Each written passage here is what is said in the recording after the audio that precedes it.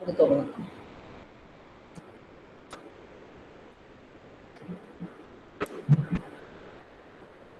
ഏറ്റവും പ്രിയമുള്ളവരെ,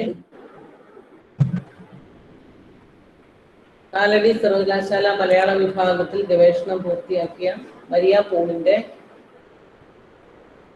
ഗവേഷണ പ്രബന്ധത്തിന്റെ 3 മൂല്യനിർണ്ണയ റിപ്പോർട്ടുകൾ വന്നതിന് ശേഷം ഇതിന്റെ ഒരു ഒടുവിലത്തെ ചടങ്ങ് എന്ന നിലയിൽ നമ്മളിവിടെ ഓപ്പൺ ഡിഫൻസ് നടത്തുകയാണ്. ഇന്ന് ഇവിടെ ചെയർമാനായി എത്തിച്ചേർന്നിട്ടുള്ളത് ഡോക്ടർ VP മർക്കോസ് ആണ്. അദ്ദേഹം ആലുവ UC കോളേജിലെ അസോസിയേറ്റ് പ്രൊഫസറാണ്. അദ്ദേഹത്തെ കാലടിയിലുള്ളവർക്ക് പരിചയപ്പെടുത്തേണ്ട ആവശ്യമില്ല എങ്കിൽ പോലും അദ്ദേഹം നമ്മുടെ സാഹിത്യ സാംസ്കാരിക അക്കാഡമിക് മേഖലയിലെ സജീവ സാന്നിധ്യമാണ്. കർസോനി ഭാഷയെക്കുറിച്ച് ഗവേഷണം ചെയ്ത, വളരെ പുതുമയുള്ള ഒരു വിഷയത്തിൽ ഗവേഷണം ചെയ്ത വ്യക്തിയാണ് അദ്ദേഹം. മലയാളം ഐക്യവേദി സംസ്ഥാന പ്രസിഡന്റാണ്. ഞാൻ ഈ ഒരു മേഖലയിൽ അദ്ദേഹം സജീവമായി നിൽക്കുന്നു എന്ന് പറഞ്ഞത് ആ ഒരു കാരണം കൊണ്ട് കൂടിയാണ്. അപ്പോൾ ആ നിലയിൽ മലയാളത്തിന് വേണ്ടി, മലയാള സംരക്ഷണത്തിന് വേണ്ടി നടത്തുന്ന പ്രവർത്തനങ്ങൾ അദ്ദേഹവും അദ്ദേഹത്തിന്റെ വിദ്യാർത്ഥികളും കേരളത്തിലെ മലയാളി വിദ്യാർത്ഥികൾ എല്ലാവരും ചേർന്ന് നടപ്പാക്കുന്ന, മലയാളത്തെ സ്നേഹിക്കുന്ന എല്ലാവരും ചേർന്ന് നടപ്പാക്കുന്ന ഒന്നാണ്. അതിന്റെ നേതൃസ്ഥാനത്ത് അദ്ദേഹമുണ്ട്. UC കോളേജിൽ നിന്ന് പ്രസിദ്ധീകരിക്കുന്ന ഭൂമി മലയാളം, അതും വളരെ ശ്രദ്ധിക്കപ്പെടുന്ന ഒരു പ്രസിദ്ധീകരണമാണ്. ആ നിലയിലൊക്കെയുള്ള നിരവധി, എനിക്ക് ഏറ്റവും കൂടുതൽ പറയാനുള്ളത് അദ്ദേഹം എപ്പോഴും നമ്മുടെ ഡിപ്പാർട്ട്മെന്റിന്റെ പ്രവർത്തനങ്ങളുമായി സഹകരിക്കുന്ന ഒരു വ്യക്തിയാണ്. ആ നിലയിലുള്ള ബഹുമാനപ്പെട്ട മർക്കോസ് സാറിനെ ഏറ്റവും സ്നേഹത്തോടു കൂടി ഈ വേദിയിലേക്ക് സ്വാഗതം ചെയ്യുന്നു. ഇവിടെ മരിയ പോളിന്റെ ഗൈഡ്, മാർഗദർശിയായിട്ടുള്ളത് ഡോക്ടർ അജയ് കുമാർ സാറാണ്. നമ്മുടെ ഡിപ്പാർട്ട്മെന്റിന്റെ സ്വന്തം അജയ് കുമാർ സാറിനെ ഏറ്റവും സ്നേഹത്തോടു കൂടി സ്വാഗതം ചെയ്യുന്നു. Maria Paul Aluva Saint Xavier's കോളേജിലെ അധ്യാപികയാണ്. ഇന്നിവിടെ ഈ മീറ്റിംഗിൽ ഇപ്പോൾ ഓൺലൈനിൽ തന്നെ 68ഓളം പേർ ഉണ്ട്, 68ലധികം ആൾക്കാരുണ്ട്. അവരിൽ സെന്റ് സേവിയേഴ്സ് കോളേജിലെ നിരവധി പേരുണ്ട്. തീർച്ചയായും ആ ഒരു അധ്യാപികയോടുള്ള സ്നേഹവും ബഹുമാനവും ഒക്കെ തന്നെയാണ് ഈ ഒരു സാന്നിധ്യത്തിലും കാണുന്നത്. എന്തായാലും മരിയ പോളിനെ ഔപചാരികമായി സ്വാഗതം ചെയ്യുന്നു. ഒപ്പം മരിയ പോളിന്റെ കൂടെയുള്ള എല്ലാവരെയും, സെന്റ് സേവിയേഴ്സിലെ പ്രിയമുള്ളവരെയും സ്വാഗതം ചെയ്യുന്നു. ഇന്നിവിടെ കാലടിയിലെ ഗവേഷകരും വിദ്യാർത്ഥികളും ഇവിടെ നിന്ന് റിസർച്ച് ബിരുദം, ഗവേഷണ ബിരുദം നേടിയവരും ഒക്കെ ഇവിടെ എത്തിച്ചേർന്നിട്ടുണ്ട്. അങ്ങനെയുള്ള എല്ലാവരെയും, അതോടൊപ്പം തന്നെ കാലടി സർവകലാശാലയിലെ അധ്യാപകരെയും പുറമെ ഉള്ള അധ്യാപകർ, വിവിധ കോളേജുകളിലെ അധ്യാപകരൊക്കെ ഇവിടെ പങ്കെടുക്കുന്നതായി കാണുന്നുണ്ട്. എല്ലാവരെയും ഏറ്റവും സ്നേഹത്തോടെ സ്വാഗതം ചെയ്യുകയാണ്. അതോടൊപ്പം തന്നെ 1-2 കാര്യങ്ങൾ കൂടി പറഞ്ഞു കൊള്ളട്ടെ. ഇതൊരു പരീക്ഷയാണ്. ഈ പരീക്ഷയെ സംബന്ധിച്ചിടത്തോളം നമ്മൾ ഇതിന്റെ റിപ്പോർട്ട് കൊടുക്കുന്നത് വളരെ പ്രധാനമാണ്. അതുകൊണ്ട് തന്നെ ഇവിടെ നിങ്ങൾ വന്നിരിക്കുന്നവർ നിങ്ങളുടെ ചാറ്റ് ബോക്സിൽ നിങ്ങളുടെ പേരും വിശദ വിവരവും ഇടണം എന്ന് താല്പര്യപ്പെടുന്നു. കാരണം അതിന്റെ ഒരു പ്രിന്റ് കൂടി നമ്മൾ ഈ തീസിസിന്റെ ഈ ഒരു ഓപ്പൺ ഡിഫൻസിന്റെ റിപ്പോർട്ടിനൊപ്പം സമർപ്പിക്കേണ്ടതുണ്ട്. അപ്പോൾ ആ കാര്യം പ്രത്യേകിച്ചും ഗവേഷണ മേഖലയിലും അധ്യാപന രംഗത്തുമുള്ളവർ പേരും അവരുടെ ഡെസിഗ്നേഷനും അല്ലെങ്കിൽ എന്ത് ചെയ്യുന്ന ഗവേഷണ വിദ്യാർത്ഥികളാണെന്ന് ആ കാര്യവും കൂടി ഉൾപ്പെടുത്തുന്നത് ഏറെ പ്രയോജനകരമായിരിക്കും എന്നുകൂടി ഓർമ്മിപ്പിച്ചുകൊണ്ട് ഇവിടെ ഓൺലൈനും അല്ലാതെയും നിരവധി പേർ ഇവിടെ വന്ന് എത്തിച്ചേർന്നിട്ടുണ്ട്. എല്ലാവരെയും ഒരിക്കൽ കൂടി സ്വാഗതം ചെയ്തുകൊണ്ട് ഈ പരിപാടി നിയന്ത്രിക്കുന്നതിനായി ആദരണീയനായ ഡോക്ടർ VP മർക്കോസ് സാറിനെ സ്നേഹത്തോടെ ക്ഷണിക്കുന്നു. എല്ലാവർക്കും നമസ്കാരം. മരിയ പോളിന്റെ ഓപ്പൺ ഡിഫൻസിലേക്ക് എത്തിച്ചേർന്നിട്ടുള്ള എല്ലാവരെയും അഭിവാദ്യം ചെയ്തുകൊണ്ട് പ്രബന്ധ സംഗ്രഹം അവതരിപ്പിക്കുന്നതിനായി മരിയ പോളിനെ ക്ഷണിക്കുന്നു.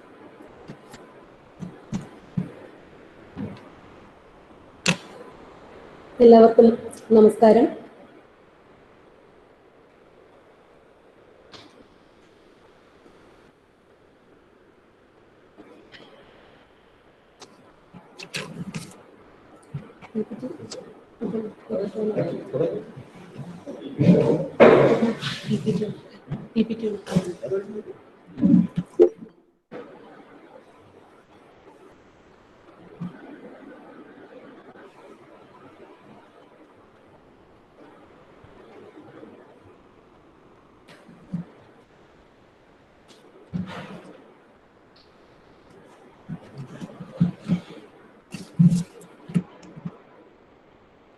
അനുപ്രയോഗം വ്യവഹാര മാതൃകകളുടെ താരതമ്യ പഠനം എന്ന പ്രബന്ധം മലയാള വ്യാകരണ കൃതികളിലെ അനുപ്രയോഗ സങ്കല്പനത്തെ വിമർശനാത്മകമായി ക്രോഡീകരിക്കുകയും സാകാല വ്യവഹാര മാതൃകകളെ മുൻനിർത്തി അവയുടെ പ്രയോഗം എപ്രകാരമാണ് എന്ന് അന്വേഷിക്കുകയും ചെയ്യുന്നു. ക്രിയയുടെ പ്രവർത്തനത്തെ നിയന്ത്രിക്കുന്ന പല ഘടകങ്ങളിൽ ഒന്നു മാത്രമായാണ് മലയാള വ്യാകരണ ലോകം അനുപ്രയോഗത്തെ പരിഗണിച്ചത്. എന്നാൽ ഇവിടെ ക്രിയയുടെ പ്രവർത്തനത്തെ നിർണായകമായി സ്വാധീനിക്കുന്ന വ്യാകരണ സംവർഗം എന്ന മട്ടിലാണ് ഈ പ്രബന്ധം അനുപ്രയോഗത്തെ കാണുന്നത്. ഭാഷയുടെ ഉത്പാദനക്ഷമത, ഉദ്രൂപ സൃഷ്ടി, സർഗാത്മകത മുതലായവയെ പ്രത്യക്ഷീകരിക്കുന്നതിൽ അനുപ്രയോഗങ്ങൾ പ്രധാന പങ്കുവഹിക്കുന്നുണ്ട്. വിനിമയത്തെ വ്യത്യസ്തവും സൂക്ഷ്മവും അലസവും വൈകാരികവുമാക്കാൻ അനുപ്രയോഗങ്ങൾക്ക് കഴിയും.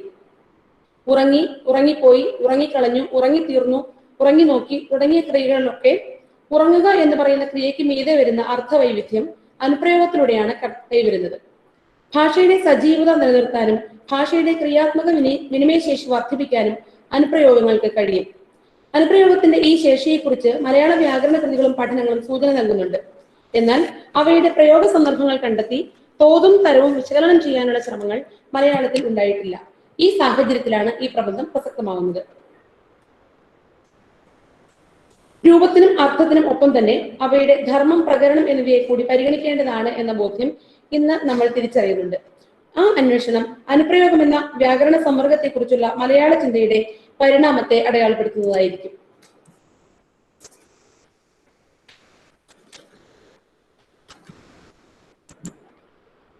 ഉപാദാനങ്ങളായി എടുത്തിരിക്കുന്നത് മലയാള വ്യാകരണ കൃതികളെയും മലയാള വ്യാകരണ പഠനങ്ങളെയുമാണ്.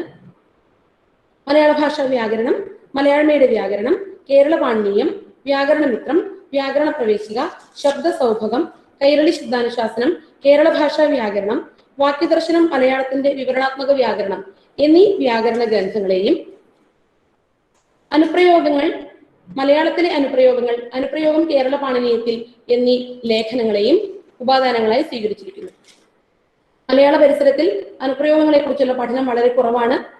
ഉണ്ടായിട്ടുള്ളത് 2 ഗവേഷണ പ്രബന്ധങ്ങളാണ്. അതിലൊന്ന് ഇംഗ്ലീഷിൽ ഉണ്ടായിട്ടുള്ളതാണ്. Auxiliary verbs in Malayalam, doctor N Rajasekharan Nair. മലയാളത്തിലെ അനുപ്രയോഗങ്ങൾ, ഭാഷാശാസ്ത്രപരമായ ഒരു അപഗ്രഥനം, ഡോക്ടർ ബി ശ്രീകുമാർ എന്നിവയാണ് അവ. പൂർവകൽപ്പന. ഓരോ വ്യവഹാര മാതൃകയും പരസ്പരം വ്യത്യാസപ്പെടുന്നത് അവയുടെ ഭാഷ കൊണ്ടുകൂടിയാണ്. ആ ഭാഷയെ നിർണ്ണയിക്കുന്നതിൽ അനുപ്രയോഗം പ്രധാന പങ്കുവഹിക്കുന്നു. പ്രബന്ധഘടന. ആമുഖത്തിനും ഉപസംഹാരത്തിനും ഉപരിയായി 5 അധ്യായങ്ങൾ കൂടിയാണ് ഈ പ്രബന്ധത്തിനുള്ളത്. ഈ പ്രബന്ധത്തെ ആകെ 2 ഭാഗങ്ങളായി തിരിച്ചിരിക്കുന്നു. ഒന്നാം ഭാഗത്തിൽ മലയാള വ്യാകരണ കൃതികളെയാണ് വിശകലന വിധേയമാക്കുന്നത്. 1-ാമത്തെ അധ്യായം അനുപ്രയോഗം മലയാള വ്യാകരണ കൃതികളിൽ, 2-ാമത്തെ അധ്യായം അനുപ്രയോഗം വ്യാകരണ പഠനങ്ങളിൽ, 3-ാം അധ്യായം അനുപ്രയോഗ സങ്കല്പനം, സൈദ്ധാന്തിക പരിണാമം. 2-ാമത്തെ ഭാഗത്ത് പ്രയോഗ മാതൃകകൾ കണ്ടെത്തി വിശകലനം ചെയ്യാൻ ശ്രമിക്കുന്നു. അധ്യായം 4 വ്യവഹാരവും വ്യവഹാര മാതൃകകളും മലയാളത്തിൽ. 5-ാമത്തെ അധ്യായം അനുപ്രയോഗം സമകാല വ്യവഹാര മാതൃകകളിൽ. ഇതുകൂടാതെ 2 അനുബന്ധങ്ങളും ഗ്രന്ഥസൂചിയും പ്രബന്ധത്തിലുണ്ട്. 1-ാമത്തെ അധ്യായം അനുപ്രയോഗം മലയാള വ്യാകരണ കൃതികളിൽ എന്നുള്ളതാണ്. ആദ്യകാല വ്യാകരണ കൃതികൾ മിക്കവാറും തന്നെ ഒരേ മട്ടിലാണ് അനുപ്രയോഗം എന്ന സങ്കല്പനത്തെ കണ്ടത്. ജോർജ് മാത്തനും മുണ്ടർക്കും കണ്ടതിൽ നിന്നും ഈ സങ്കല്പനത്തെ ഏറെ മുന്നോട്ട് കൊണ്ടുപോകാൻ AR രാജരാജവർമ്മയ്ക്ക് സാധിച്ചു. ARന് ശേഷം ഏറെക്കാലം സങ്കല്പനത്തിൽ കാര്യമായ മാറ്റമൊന്നും ഉണ്ടായില്ല.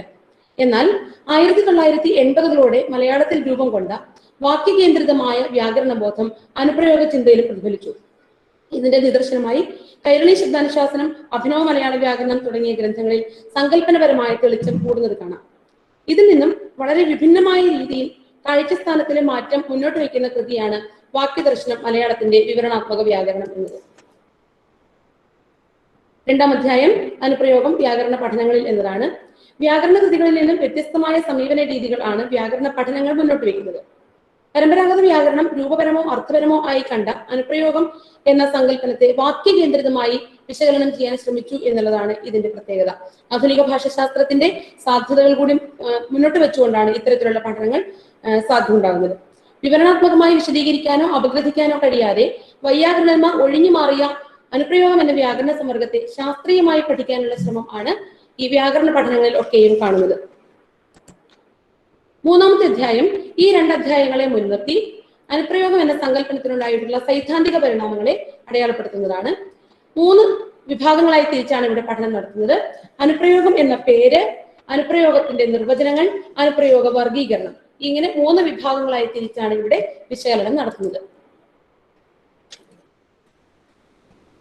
അനുപ്രയോഗം എന്ന പേര് എന്നുള്ളതാണ് ആദ്യത്തെ ഭാഗം. ഇപ്പോൾ ഇവിടെ ഒരു പട്ടികയിൽ എങ്ങനെയാണ് മലയാള വ്യാകരണ കൃതികളിൽ ഇങ്ങനെ ഒരു സങ്കല്പനത്തെ അടയാളപ്പെടുത്തിയിരിക്കുന്നത് എന്ന് കാണുവാനായിട്ട് സാധിക്കും. ഇവിടെ കാണാവുന്നതുപോലെ മലയാളമേടെ വ്യാകരണത്തിൽ സഹായവചനം എന്നും മലയാള ഭാഷാ വ്യാകരണത്തിൽ സഹായക്രിയ എന്നും പിന്നീട് സാമാന്യക്രിയ എന്നും ക്രിയാസമാസം എന്നൊക്കെ പല പേരുകളിൽ പറഞ്ഞുകൊണ്ടിരുന്ന ഈ സങ്കല്പനത്തെ AR രാജരാജവർമ്മ അനുപ്രയോഗം എന്ന പേരിട്ട് വിളിക്കുന്നു. അതിനുശേഷം വ്യാകരണ മിത്രകാരൻ മാത്രമാണ് ഉപപദം എന്ന പേരിൽ വിളിക്കുന്നത്.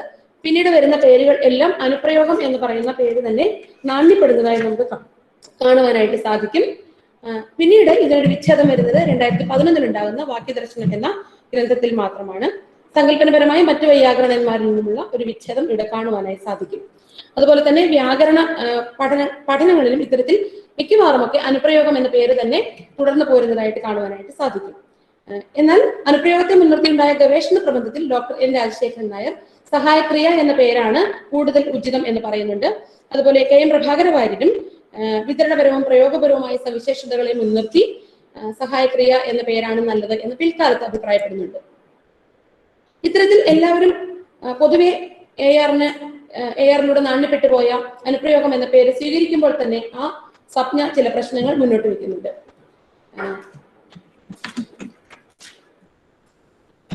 മുഖ്യധാതുവിന് പിന്നാലെ ഉള്ള പ്രയോഗത്തിനാണ് അനുപ്രയോഗം എന്ന് പറയുന്നത്. അപ്പോൾ പിന്നെ അവിടെ എന്തിനാണ് ARന്റെ നിർവചനത്തിൽ ധാതു എന്ന് തന്നെയാണ് പറയുന്നത്, അവിടെ എന്തിനാണ് പ്രയോഗം എന്ന് പറയുന്നത് എന്നുള്ളതാണ് ഒരു പ്രശ്നം. അദ്ദേഹം പ്രയോഗം എന്ന് പറയുന്നതിന് അദ്ദേഹത്തിൻ്റെതായിട്ടുള്ള യുക്തികളുണ്ട്. നിർവചനത്തിൽ കാണുന്നത് ഒരു ധാതുവിന് പരമായി വരുന്ന മറ്റൊരു ധാതു എന്നാണെങ്കിൽ പോലും അതുകൂടാതെ പ്രകാരം, നിഷേധം, കർമ്മണി പ്രയോഗം തുടങ്ങിയവയെ എല്ലാം ഈ വിഭാഗത്തിന്റെ കൂടെ ഉൾപ്പെടുത്തേണ്ടതാണ് എന്നുള്ള ബോധ്യം ARനുണ്ടായിരുന്നു. അതേസമയം അദ്ദേഹത്തിന്റെ നിർവചനത്തിൽ അനുപ്രയോഗ വിഭജനത്തിലൊന്നും ഈ കാര്യം കടന്നു വരുന്നുമില്ല. മുഖ്യക്രിയയ്ക്ക് ശേഷം വരുന്നതാണ് അനുപ്രയോഗം. അതുകൊണ്ട് തന്നെ പ്രാക്പ്രയോഗം എന്ന് പറയുന്ന പേര് ഇവിടെ പ്രസക്തമാകുന്നു. അനുപ്രയോഗം എന്തിനോടാണോ ചേരുന്നത് അതിനെ പ്രാക്പ്രയോഗം എന്ന് വിളിക്കുന്നു. അനുപ്രയോഗം ഉള്ള സാഹചര്യത്തിൽ മാത്രമാണ് പ്രാക്പ്രയോഗത്തിന് പ്രസക്തി. നിർവചനത്തെ മുൻനിർത്തിയുള്ള സങ്കല്പന പരിണാമമാണ് പറയുന്നത്. മലയാള വ്യാകരണ ചർച്ചയിൽ അനുപ്രയോഗത്തെ സമീപിച്ചിരിക്കുന്നത് എങ്ങനെയെന്നും നിർവചിച്ചിരിക്കുന്നത് എങ്ങനെയെന്നും നോക്കുമ്പോൾ ആദ്യകാല വൈയാകരണന്മാരിൽ നിന്നും സങ്കല്പനപരമായി വളരെ സൂക്ഷ്മത പുതിയ കാലത്ത് വൈയാകരണന്മാർ പുലർത്തുന്നുണ്ട്. ചിലർ ധാത്വികാരത്തിന്റെ ഭാഗമായും ചിലർ വാക്യാധികാരത്തിന്റെ ഭാഗമായും മറ്റു ചിലർ സമാസാധികാരത്തിന്റെ ഭാഗമായും അനുപ്രയോഗത്തെ കണ്ടു. ഈ ഓരോ കാഴ്ചയും സങ്കല്പനപരമായ വ്യത്യസ്തതകൾ പുലർത്തുന്നു. അനുപ്രയോഗത്തെ അർത്ഥപരിവർത്തനവും അർത്ഥപൂർത്തിയും ഉണ്ടാക്കുന്ന ഉപാധികളായാണ് മാത്തനും ഗുണ്ടക്കൻ കണ്ടതെങ്കിൽ AR അർത്ഥത്തെയും രൂപത്തെയും പരിഗണിച്ചു. വലിയ വളർച്ചയാണ് ഇവിടെ കാണുവാനായിട്ട് സാധിക്കുന്നത്. ഉപപദ ചർച്ചയിലേക്ക് എത്തുമ്പോൾ ശേഷഗിരി പ്രഭു സമാസവുമായി ബന്ധപ്പെട്ട ചിന്തകളുടെ തുടർച്ചയാണ് എന്നാണ് അനുപ്രയോഗത്തെ വിലയിരുത്തുന്നത്. ഇതിന്റെ തുടർച്ച CV വാസുദേവ ഭട്ടതിരിയിലും രവിശങ്കറിലും കാണാം. എന്നാൽ EVNലും സുകുമാരപിള്ളയിലും എത്തുമ്പോഴേക്കും വാക്യവിചാരപരമായിട്ടുള്ള സാധ്യതകൾ മേൽക്കൈ നേടുന്നതായി കാണാം. ഇനി ഇവിടെ കാണുന്നത് മലയാളത്തിലെ അനുപ്രയോഗത്തെ മൊത്തത്തിൽ ചിട്ടപ്പെടുത്തിക്കൊണ്ടുള്ള ഒരു പട്ടികയാണ്.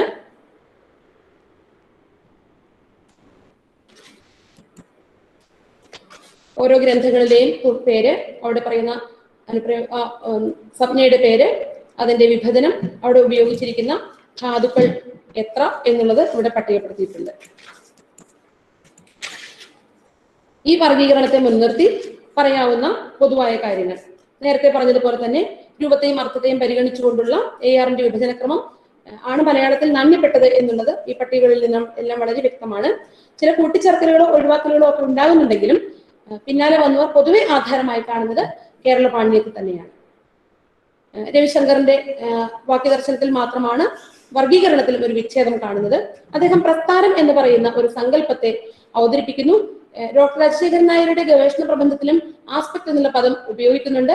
പക്ഷെ ഇത് രണ്ടും വ്യത്യസ്തമായിട്ടുള്ള സങ്കല്പനങ്ങളാണ് എന്നാണ് അപഗ്രഥനത്തിൽ മനസ്സിലാകുന്നത്. ഇവിടെ പ്രധാനമായിട്ടും എടുക്കേണ്ടുന്ന മറ്റൊരു വിഭാഗമാണ്, ഒരു മണ്ഡലമാണ് പ്രകാരങ്ങളുടേത്. ക്രിയയുടെ പ്രയോഗത്തിൽ വക്താവിന്റെ മനോഭാവം വെളിപ്പെടുത്തുകയാണ് പ്രകാരങ്ങൾ ചെയ്യുന്നത്. പ്രകാരം എന്ന പേര് ARന്റെ സംഭാവനയാണ്. പക്ഷേ പ്രകാരം ഉണ്ടാകുന്നത് അനുപ്രയോഗത്തിൽ കൂടെയാണ് എന്ന് പല ഭാഗത്തും കേരള പാണ്ഡ്യത്തിൽ AR വിവരിക്കുന്നുണ്ട് എങ്കിൽ പോലും അനുപ്രയോഗ വിഭജനത്തിലോ ചർച്ചയിലോ നേരിട്ട് പ്രകാരത്തെ AR കണക്കിലെടുക്കുന്നില്ല. അതേസമയം ഈ പ്രകാരത്തെ കുറിച്ചുള്ള ഈ ചർച്ച മലയാളത്തിൽ, ഇംഗ്ലീഷിലൊക്കെ കുറച്ചുകൂടി വികസിതമായിട്ടുള്ള ഒരു മേഖലയായിട്ട് പ്രകാരത്തെ കുറിച്ചുള്ള പഠനങ്ങൾ പോയിട്ടുണ്ട്. മലയാളത്തിൽ പ്രകാരവുമായി ബന്ധപ്പെട്ട ചർച്ചകൾ ആരംഭദശയിലാണ് ഇരിക്കുന്നത്. ഇംഗ്ലീഷിൽ പ്രകാരത്തിന് മോഡൽ എന്ന് പറയുമ്പോൾ അതിന് കുറച്ചുകൂടി വ്യാപ്തിയുണ്ട്. അവിടെ mode, mood, modal verb, modality എന്നൊക്കെ പര്യായാർത്ഥത്തിലും അല്ലാതെയും ഉപയോഗിക്കുന്നുണ്ട്. നമുക്ക് ഇതിലേറെക്കുറെ പരിചിതമായിട്ടുള്ളത് മൂഡ് എന്നുള്ള ഒരു പദം മാത്രമാണ്. പക്ഷേ സങ്കല്പനപരമായി നോക്കുമ്പോൾ ഇത് വലിയ പ്രശ്നം നമുക്ക് ഉണ്ടാക്കുന്നുണ്ട്, പഠനത്തിൽ വലിയ പ്രശ്നം ഉണ്ടാക്കുന്നുണ്ട്. രാജശേഖരൻ നായർ അനുപ്രയോഗത്തെ വർഗീകരിക്കുന്നത് രണ്ടായിട്ടാണ്. ആസ്പെക്ച്വൽ വെർബ് എന്നും മോഡൽ വെർബ് എന്നുമാണ് പറയുന്നത് തന്നെ. അപ്പോൾ പിന്നെ പ്രകാരത്തിന് അവിടെ അദ്ദേഹം കണക്കിലെടുത്തു കഴിഞ്ഞു. അപ്പോൾ നമുക്ക് പ്രകാരത്തെ കാണാതെ മുന്നോട്ട് പോകുവാനായിട്ട് സാധിക്കുകയില്ല. പക്ഷെ മലയാളത്തിൽ ഇതിന് പകരമായി നമ്മൾ മൂഡ് എന്നുള്ള സങ്കല്പനമാണ് പൊതുവെ ഉപയോഗിക്കുന്നത്. പ്രകാരം എന്ന് പറയുന്ന സങ്കല്പനത്തെയും പ്രകാര ധാതുക്കളെയും കുറിക്കാനായിട്ട് പ്രകാരം എന്ന് പറയുന്ന ഒറ്റ വാക്ക് മാത്രമാണ് അവിടെ ഉപയോഗിക്കുന്നത്. സങ്കല്പനപരമായ ചില പ്രശ്നങ്ങൾ ഉള്ളത് കൊണ്ട് ഈ ആശയത്തെ കുറച്ചുകൂടി വ്യക്തമാക്കുന്നതിനായി മൂഡ് എന്ന് പറയുന്നത് പ്രകാരം എന്ന് പറയുന്ന ആശയം അഥവാ സങ്കല്പനം ആണ് എന്നും, മോഡ് എന്നത് അതിന് പര്യായാർത്ഥത്തിൽ ഉപയോഗിക്കുന്ന ഒന്നാണ് എന്നും, മോഡൽ എന്ന് പറയുന്നത് ഭാഷകന്റെ മനോഭാവം വ്യക്തമാക്കുന്ന രീതിയാണ് എന്നും, അങ്ങനെ ഉണ്ടാകുന്ന ആ ഭാഷകന്റെ മനോഭാവത്തിന്റെ നൗണിനെയാണ് മൊഡാലിറ്റി എന്ന് പറയുന്നത് എന്നും നമുക്ക് മനസ്സിലാക്കാം. മോഡൽ വെർബ് എന്ന് പറയുന്നത് പ്രകാരക്രിയ എന്ന അർത്ഥത്തിലാണ് ഇവിടെ വിവർത്തനം ചെയ്തിരിക്കുന്നത്. 5-ാമത്തെ അധ്യായം വ്യവഹാരവും വ്യവഹാര മാതൃകകളും മലയാളത്തിൽ എന്നുള്ളതാണ്. ഇവിടെ വ്യവഹാരം എന്ന് പറയുന്ന പദം നിരവധി അർത്ഥമാനങ്ങൾ ഉള്ള ഒരു പദമാണ്. വ്യവഹാര മാതൃകകൾ എടുത്തുകൊണ്ട് വിശകലനം ചെയ്യുകയാണ് ഈ അധ്യായത്തിൽ ചെയ്യുന്നത്. പാശ്ചാത്യ നാടുകളിൽ വ്യവഹാരം എന്ന് പറയുന്ന പദത്തിന് കുറച്ചുകൂടി വലിയ അർത്ഥം കിട്ടുന്നുണ്ട്. ആ അർത്ഥത്തിലല്ല ഇവിടെ എടുക്കുന്നത്. സവിശേഷ ഭാഷാ പ്രയോഗ മണ്ഡലം എന്നുള്ള തരത്തിലാണ് വ്യവഹാരം എന്ന പദത്തെ ഇവിടെ എടുക്കുന്നത്. 5-ാമത്തെ അധ്യായം അനുപ്രയോഗം സമകാല വ്യവഹാര മാതൃകകളിൽ എന്നതാണ്. ഇതുവരെ ഉണ്ടായിട്ടുള്ള പഠനങ്ങളുടെ എല്ലാം അടിസ്ഥാനത്തിൽ, ശേഖരിച്ചിരിക്കുന്ന ദത്തങ്ങളുടെ അടിസ്ഥാനത്തിൽ വിശകലനവും വർഗീകരണവും വിശകലനവും നടത്തുന്ന ഒരു അധ്യായമാണ് ഇത്. ഇവിടെ വ്യവഹാര മാതൃകകളെ പൊതുവായിട്ട് അച്ചടി, ദൃശ്യം, ശ്രവ്യം എന്നിങ്ങനെ, ഇവിടെ അത്ര ക്ലിയർ അല്ല, ഇവിടെ കാണാം അച്ചടി, ദൃശ്യം, ശ്രവ്യം, നവമാധ്യമം എന്നിങ്ങനെ 4 വിഭാഗങ്ങളായി തിരിക്കുന്നു. അതിനുശേഷം വീണ്ടും അതിൽ നിന്നും 13 വ്യവഹാര മാതൃകകളെ, അവ വാർത്ത തന്നെ ഏകമുഖമായ ഒന്നല്ലാത്തത് കൊണ്ട് പൊതുവാർത്ത, ജനപ്രിയ വാർത്ത, സ്പോർട്സ് വാർത്ത എന്നിങ്ങനെയും, പിന്നെ വ്യക്തിഭാഷണം, അഭിമുഖം, ദൃക്സാക്ഷി വിവരണം, കുക്കറി ഷോ, പ്രസംഗം, സീരിയൽ, ഫേസ്ബുക്ക് ബ്ലോഗ് പോസ്റ്റുകൾ, നോട്ടീസ്, ക്ഷണക്കത്ത്, പരസ്യം, ആത്മീയ പത്രികകൾ, ഇത്തരത്തിൽ ഉള്ള വ്യവഹാര മാതൃകകളെയാണ് ഇവിടെ പഠനത്തിനായി തെരഞ്ഞെടുത്തിരിക്കുന്നത്. കൂടാതെ പ്രബന്ധത്തിന്റെ പഠനത്തിന് വേണ്ടി 2 അനുബന്ധങ്ങളുണ്ട്. അനുബന്ധം 1ന്റെ ഒരു മാതൃകയാണ് ഇത്. പഠനത്തിന് ഉപയുക്തമാക്കിയിട്ടുള്ള മുഴുവൻ ദത്തവും അതേ രൂപത്തിൽ തന്നെ അനുബന്ധം 1ൽ ഇത്തരത്തിൽ അടിച്ച് ചേർത്തിട്ടുണ്ട്. അതിനകത്ത് അനുപ്രയോഗങ്ങളെ കാണുമ്പോൾ അതാതിടങ്ങളിൽ അടിവരയും അക്കവും ഇട്ട് സൂചിപ്പിച്ചിട്ടുണ്ട്. ഈ അനുപ്രയോഗങ്ങളെ അവയുടെ ഗണപരമായ സവിശേഷതകളെ മുൻനിർത്തി അനുപ്രയോഗം 2ൽ ഇത്തരത്തിൽ ക്രോഡീകരിച്ചിരിക്കുന്നു. ഇവിടെ അനുപ്രയോഗത്തെ ക്രോഡീകരിക്കുമ്പോൾ വാക്പ്രയോഗമായും ചിലയിടങ്ങളിൽ നാമങ്ങളുമായും ഒക്കെ ചേർന്നിരിക്കുന്ന പദരൂപങ്ങളായിട്ടാണ് രേഖപ്പെടുത്തിയിരിക്കുന്നത്. വിശകലനത്തിനുള്ള സൗകര്യാർത്ഥം ഈ സംഖ്യാക്രമം 2ഇടത്തും ഒരുപോലെ ദീക്ഷിക്കുന്നുണ്ട്. ഓരോ വ്യവഹാര രൂപത്തെയും വിശകലനം ചെയ്യുന്നതിന് വേണ്ടി 2 മാതൃകകൾ വീതമാണ് എടുക്കുന്നത്. 2 മാതൃകകളെ മാത്രം മുൻനിർത്തി പൊതു നിയമം പറയാമോ എന്നുള്ളത് ഒരു ചോദ്യമാണ്. ഇവിടെ സിദ്ധാന്തീകരണത്തിനല്ല, ദത്തങ്ങളിൽ നിന്നും ഉരുത്തിരിഞ്ഞു വരുന്ന കാര്യങ്ങളെ ക്രോഡീകരിക്കുക മാത്രമേ ഈ പ്രബന്ധത്തിൽ ചെയ്യുന്നുള്ളൂ. സിദ്ധാന്തീകരണത്തിലേക്ക് എത്തിച്ചേരണമെങ്കിൽ കൂടുതൽ മാതൃകകളെ വിലയിരുത്തിക്കൊണ്ട് കൂടുതൽ വിശദമായിട്ടുള്ള പഠനം ഉണ്ടാകേണ്ടതുണ്ട്. ഓരോ വ്യവഹാര രൂപത്തിന്റെയും വ്യത്യസ്തതകളെ അടയാളപ്പെടുത്തുന്നതിനാണ് ഈ പഠനത്തിൽ പ്രാഥമിക പരിഗണന. ഇവിടെ പ്രകടനാധിഷ്ഠിതമായിട്ടാണ് പഠനം മുന്നോട്ട് കൊണ്ടുപോകേണ്ടത് എന്ന് ഈ അധ്യായത്തിൽ എടുത്തു പറയുന്നുണ്ട്.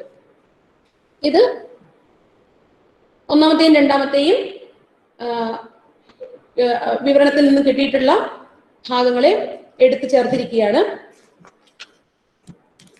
അവിടെ വ്യവഹാര മാതൃകകളെ താഴേക്കും പ്രധാനമായിട്ടുള്ള വിഭാഗങ്ങളെ ഭേദകാനുപ്രയോഗം, കാലാനുപ്രയോഗം, പൂരണാനുപ്രയോഗം, പ്രകാരം, നിഷേധം, കർമ്മണി പ്രയോഗം, ശൈലി, സംയോജക ക്രിയ എന്നിവയെ ഇങ്ങനെ തിരശ്ചീനമായിട്ടും എടുത്തിരിക്കുന്നു. അവയുടെ ഓരോ എണ്ണത്തിൽ നിന്നും ഓരോ വ്യവഹാര മാതൃകയിൽ നിന്നും കിട്ടിയിട്ടുള്ള ആവൃത്തിയാണ് ഇവിടെ അക്കത്തിൽ കൊടുത്തിട്ടുള്ളത്. അതിനുശേഷം ഓരോന്നിനെയും കാലാനുപ്രയോഗം എന്ന് പറയുന്നതിനെ മൊത്തത്തിലുള്ള ഒരു അക്കമായിട്ടാണ് നമ്മൾ ആ പട്ടികയിൽ രേഖപ്പെടുത്തിയതെങ്കിൽ അതിനെ ഓരോന്നിനെയും വീണ്ടും വിഭജിച്ച് ഓരോ കാലാനുപ്രയോഗ ധാതുക്കളെയും ഇരി, ആയിരി ഇട്ട് ഇങ്ങനെയുള്ള വിശദമായിട്ടുള്ള നമ്പർ എടുത്തിരിക്കുന്നു. അതിന്റെ ആവൃത്തിയും ഇവിടെ രേഖപ്പെടുത്തിയിരിക്കുന്നു. ഇതിനെ ഓരോന്നിനെയും എടുത്ത് ഈ അക്കങ്ങളുടെയും ഇതിന്റെ ഗണപരമായിട്ടുള്ള സവിശേഷതകളെയും മുൻനിർത്തി വിശദമായിട്ടുള്ള ചർച്ച 5-ാം അധ്യായത്തിൽ ചെയ്യുന്നുണ്ട്. ഇതിന്റെ അടിസ്ഥാനത്തിൽ വന്നിട്ടുള്ള പ്രധാനപ്പെട്ട കാര്യങ്ങൾ AR പറയുന്നത് പോലെ തന്നെയുള്ള ഒരു വിഭജനക്രമമായിരുന്നു ഇവിടെ മൊത്തത്തിൽ സ്വീകരിച്ചിരുന്നത്. അതിനുശേഷം പ്രബന്ധാവസാനം ചില നിഗമനങ്ങളിലേക്ക് എത്തുകയാണ് ഉണ്ടായത്. ഭേദകാനുപ്രയോഗം എന്ന് പറയുന്ന വിഭാഗത്തെ മുൻനിർത്തി പറയാവുന്ന പൊതുവായ കാര്യങ്ങൾ. സഹായക്രിയ എന്ന വ്യാകരണ സമ്മർദ്ദത്തിന്റെ സൃഷ്ടിപരമായ സവിശേഷതകൾ ഏറ്റവും അധികം കാണുന്ന വിഭാഗമാണ് ഭേദകാനുപ്രയോഗം. ഭേദകാനുപ്രയോഗം ഏറ്റവും കൂടുതലായി ഉപയോഗിച്ചിരിക്കുന്ന വ്യവഹാര മാതൃക വ്യക്തിഭാഷണങ്ങളാണ്. അതിന്റെ ആവൃത്തി ഏറ്റവും കുറഞ്ഞിരിക്കുന്നത് വാർത്ത എന്ന് പറയുന്ന മാതൃകയാണ്. കൂടാതെ ദൃക്സാക്ഷി വിവരണങ്ങൾ എടുക്കുമ്പോൾ അതിൽ പ്രളയ വിവരണം ഒഴികെയുള്ള എല്ലാ മാതൃകകളിലും ഭേദകാനുപ്രയോഗത്തിന്റെ എണ്ണം വളരെ കുറവാണ്. പരസ്യം, നോട്ടീസ്, ക്ഷണക്കത്ത്, ആത്മീയ പത്രികകൾ, പ്രതികരണം മുതലായവയിലെല്ലാം നാമമാത്രമായാണ് ഭേദകാനുപ്രയോഗങ്ങളുടെ ആവൃത്തി കാണുവാനായി സാധിക്കുന്നത്. അടുത്ത ഒരു വിഭാഗം കാലാനുപ്രയോഗം എന്നതാണ്. അനുപ്രയോഗ വിഭാഗങ്ങളിൽ ഏറ്റവും അധികം ആവൃത്തി കാണുന്ന വിഭാഗമാണ് കാലാനുപ്രയോഗം. ചുരുക്കം ചില ഒഴികെ എടുത്തിരിക്കുന്ന എല്ലാ മാതൃകകളിലും കാലാനുപ്രയോഗം വളരെ കൂടുതലായി കാണാൻ സാധിക്കുന്നു എന്നുള്ളതാണ് നിരീക്ഷിക്കാനായിട്ട് സാധിച്ചിരിക്കുന്നത്. ഏറ്റവും കൂടുതലായി കാണുന്ന കാലാനുപ്രയോഗ ധാതുക്കൾ ഇരി, ആയിരി, കൊണ്ടിരി, ഇട്ടുൾ, ഉൾ എന്നിവയാണ്. ഇതിൽ തന്നെ ഏറ്റവും അധികം ആവൃത്തിയുള്ളത് ഇരി, ആയിരി എന്നിവയാണ്. ഇതിന്റെ അടിസ്ഥാനത്തിൽ ഇരി, ആയിരി തുടങ്ങിയവയുടെ പ്രയോഗം കാണുമ്പോൾ ചില സവിശേഷതകൾ നമുക്ക് കണക്കിലെടുക്കാതെ കഴിയില്ല. പലപ്പോഴും പരമ്പരാഗത വ്യാകരണ ഗ്രന്ഥങ്ങളിൽ ഇവയ്ക്ക് കൊടുത്തിരിക്കുന്ന ഇരി, ആയിരി എന്നിവയ്ക്ക് കൊടുത്തിരിക്കുന്ന അർത്ഥം മാത്രം അല്ല ഈ പറയുന്ന ഭാഗങ്ങളിൽ ആവൃത്തിയുടെ ആവർത്തനത്തിൽ നമുക്ക് കാണുവാനായിട്ട് സാധിക്കുന്നത്. കേവലം കാലത്ത് പരിഷ്കരിക്കുന്നു എന്നതിനപ്പുറമുള്ള ധർമ്മം ഇവ നിർവഹിക്കുന്നു എന്ന് കാണാം. ഇരി നേരിട്ട് മുൻവിനയിച്ചത്തോട് ചേർന്നും ആകെ അധികം ഇരി എന്ന ഘടനയിലും സംയോജക ക്രിയ ആയിരുന്നു എന്നതിന്റെ ഭൂതകാല ക്രിയയായിട്ട് ആണ് എന്നുള്ള രൂപവും ഒക്കെ ധാരാളമായിട്ട് ഉപയോഗിക്കുന്നുണ്ട്. ഫുട്ബോൾ, കമന്ററി തുടങ്ങിയ രൂപങ്ങളിലൊക്കെ ആവർത്തിച്ച്, അതുപോലെ തെരഞ്ഞെടുപ്പ് വാർത്തകളിലൊക്കെ ഈ രൂപങ്ങൾ വളരെയധികമായിട്ട് ആവർത്തിച്ചു വരുന്നതായിട്ട് കാണുവാനായിട്ട് സാധിച്ചു. പൂരണാനുപ്രയോഗം ആണ് അടുത്തത്. ഇത് പറയുന്നത് പോലെ തന്നെ വളരെ എണ്ണത്തിൽ കുറവാണ്. ഘടനാ പൂരണത്തിന് വേണ്ടിയിട്ടാണ് ഉപയോഗിക്കുന്നത്. പിന്നെ ചർച്ചാ മേഖലകളായിട്ട് നമുക്ക് കടന്നു വരേണ്ടുന്ന പ്രകാരം, നിഷേധം, കർമ്മണി, സംയോജക ക്രിയ എന്നിവയുടെ ആവൃത്തി നമ്മൾ ശേഖരിച്ചിരുന്നു.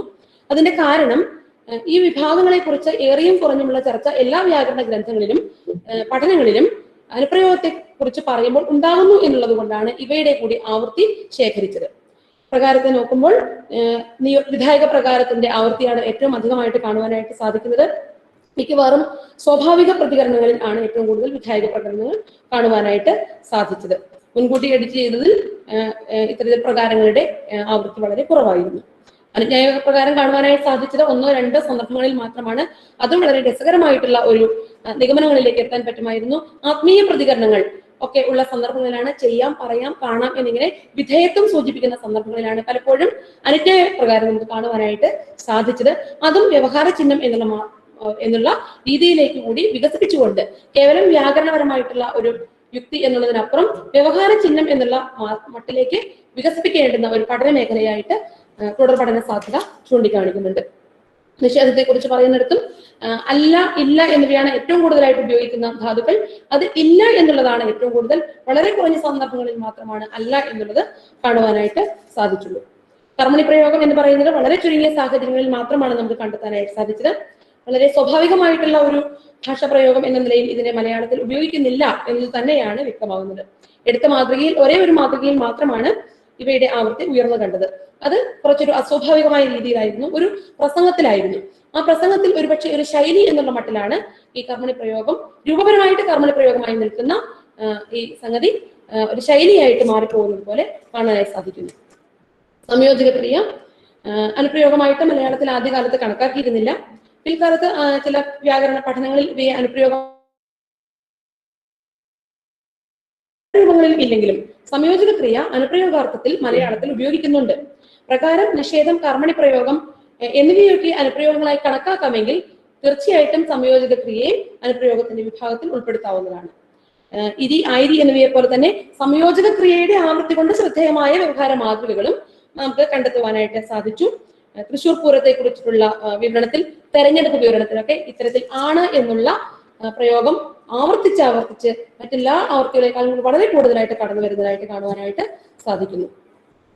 ഇതിന്റെയൊക്കെ അടിസ്ഥാനത്തിൽ ഉരുത്തിരിഞ്ഞു വന്ന ഉപദർശനങ്ങൾ, പ്രധാനമായിട്ടുള്ള ആദ്യ ഭാഗത്തുള്ള ഉപദർശനങ്ങളൊക്കെ ഞാൻ കുറച്ചൊരു വിശദമായിട്ട് തന്നെ ഇവിടെ അവതരിപ്പിച്ചതാണ്. മലയാളത്തിലെ അനുപ്രയോഗ ചർച്ചകൾ പ്രധാനമായും പേര്, വർഗീകരണം, എന്തിനെയെല്ലാം അനുപ്രയോഗമായി കാണണം എന്നീ 3 വിഷയങ്ങളെ മുൻനിർത്തിയാണ്. 3 കാര്യങ്ങളിലും അനുപ്രയോഗവുമായി ബന്ധപ്പെട്ട കാഴ്ചഭേദങ്ങളിൽ നിന്നാണ് ഉണ്ടാവുന്നത്. മലയാളത്തിൽ നാണ്യപ്പെട്ട അനുപ്രയോഗം എന്ന പേരിന് പകരം പുതിയ കാല പഠിതാക്കൾ പലരും സഹായക്രിയ എന്ന വാക്ക് ഉപയോഗിക്കുന്നത് കാണാം. അനുപ്രയോഗത്തെ എങ്ങനെ കാണുന്നു എന്നതിനനുസരിച്ചാണ് ഇത് വ്യത്യസ്തപ്പെടുന്നത്. അനുപ്രയോഗം എന്ന സംജ്ഞ കുറെ കൂടി വിസ്തൃതമായ അർത്ഥസാധ്യതകൾ വഹിക്കുന്നുണ്ട്. അതുകൊണ്ട് തന്നെയാണ് പ്രകാരവും നിഷേധവും കർമ്മണി പ്രയോഗവും അനുപ്രയോഗത്തിന്റെ ഭാഗമായി ചർച്ച ചെയ്യേണ്ടി വരുന്നത്. വർഗീകരണത്തിലും ഇതേ പ്രശ്നം നിലനിൽക്കുന്നുണ്ട്. ഗുണ്ടട്ടും മാത്തനും ഒക്കെ പറഞ്ഞു പോകുന്നതിൽ നിന്നും AR കുറച്ചുകൂടി മുന്നോട്ട് പോരുന്നുണ്ട്. പിൽക്കാലത്ത് ഞാൻ വിശദമായിട്ട് അവിടെ അവതരിപ്പിച്ചതാണ്. പിൽക്കാലത്ത് സഹായക്രിയയെ കുറിച്ച് സവിശേഷമായ പഠനം നടത്തിയവരെല്ലാം ഈ സങ്കല്പനം കുറച്ചുകൂടി മാറ്റി ചിന്തിക്കുന്നതായിട്ട് നമുക്ക് കാണുവാൻ സാധിക്കും. അവിടെ പ്രസ്ഥാനം എന്ന് പറയുന്ന ഒരു സങ്കല്പനം കടന്നു വരുന്നതായിട്ട് കാണുവാനായിട്ട് സാധിക്കും. പലതരം അനുപ്രയോഗങ്ങളുടെ വിതരണപരമായ സവിശേഷത വ്യവഹാര ഭാഷയിലും പ്രകടമാണ്. വ്യവഹാരങ്ങളെ മാറുന്നതിനനുസരിച്ച് ആ മാറ്റം ഭാഷയിലും കാണുന്നു. അനുപ്രയോഗങ്ങളുടെ തോതും തരവും വ്യത്യാസപ്പെടുന്നതിന് വ്യവഹാരങ്ങളുടെ വ്യത്യാസവും കാരണമാകുന്നുണ്ട്. ഓരോ വ്യവഹാര മാതൃകയിലും അനുപ്രയോഗത്തിന് സവിശേഷമായ വിതരണക്രമം കാണുവാൻ സാധിക്കുന്നു. അതിലൂടെ അതിനെ ആവിഷ്കരിക്കുന്ന ഭാഷയിൽ സവിശേഷമായ വിനിമയ സാധ്യത നേടിയെടുക്കുകയും ചെയ്യുന്നു.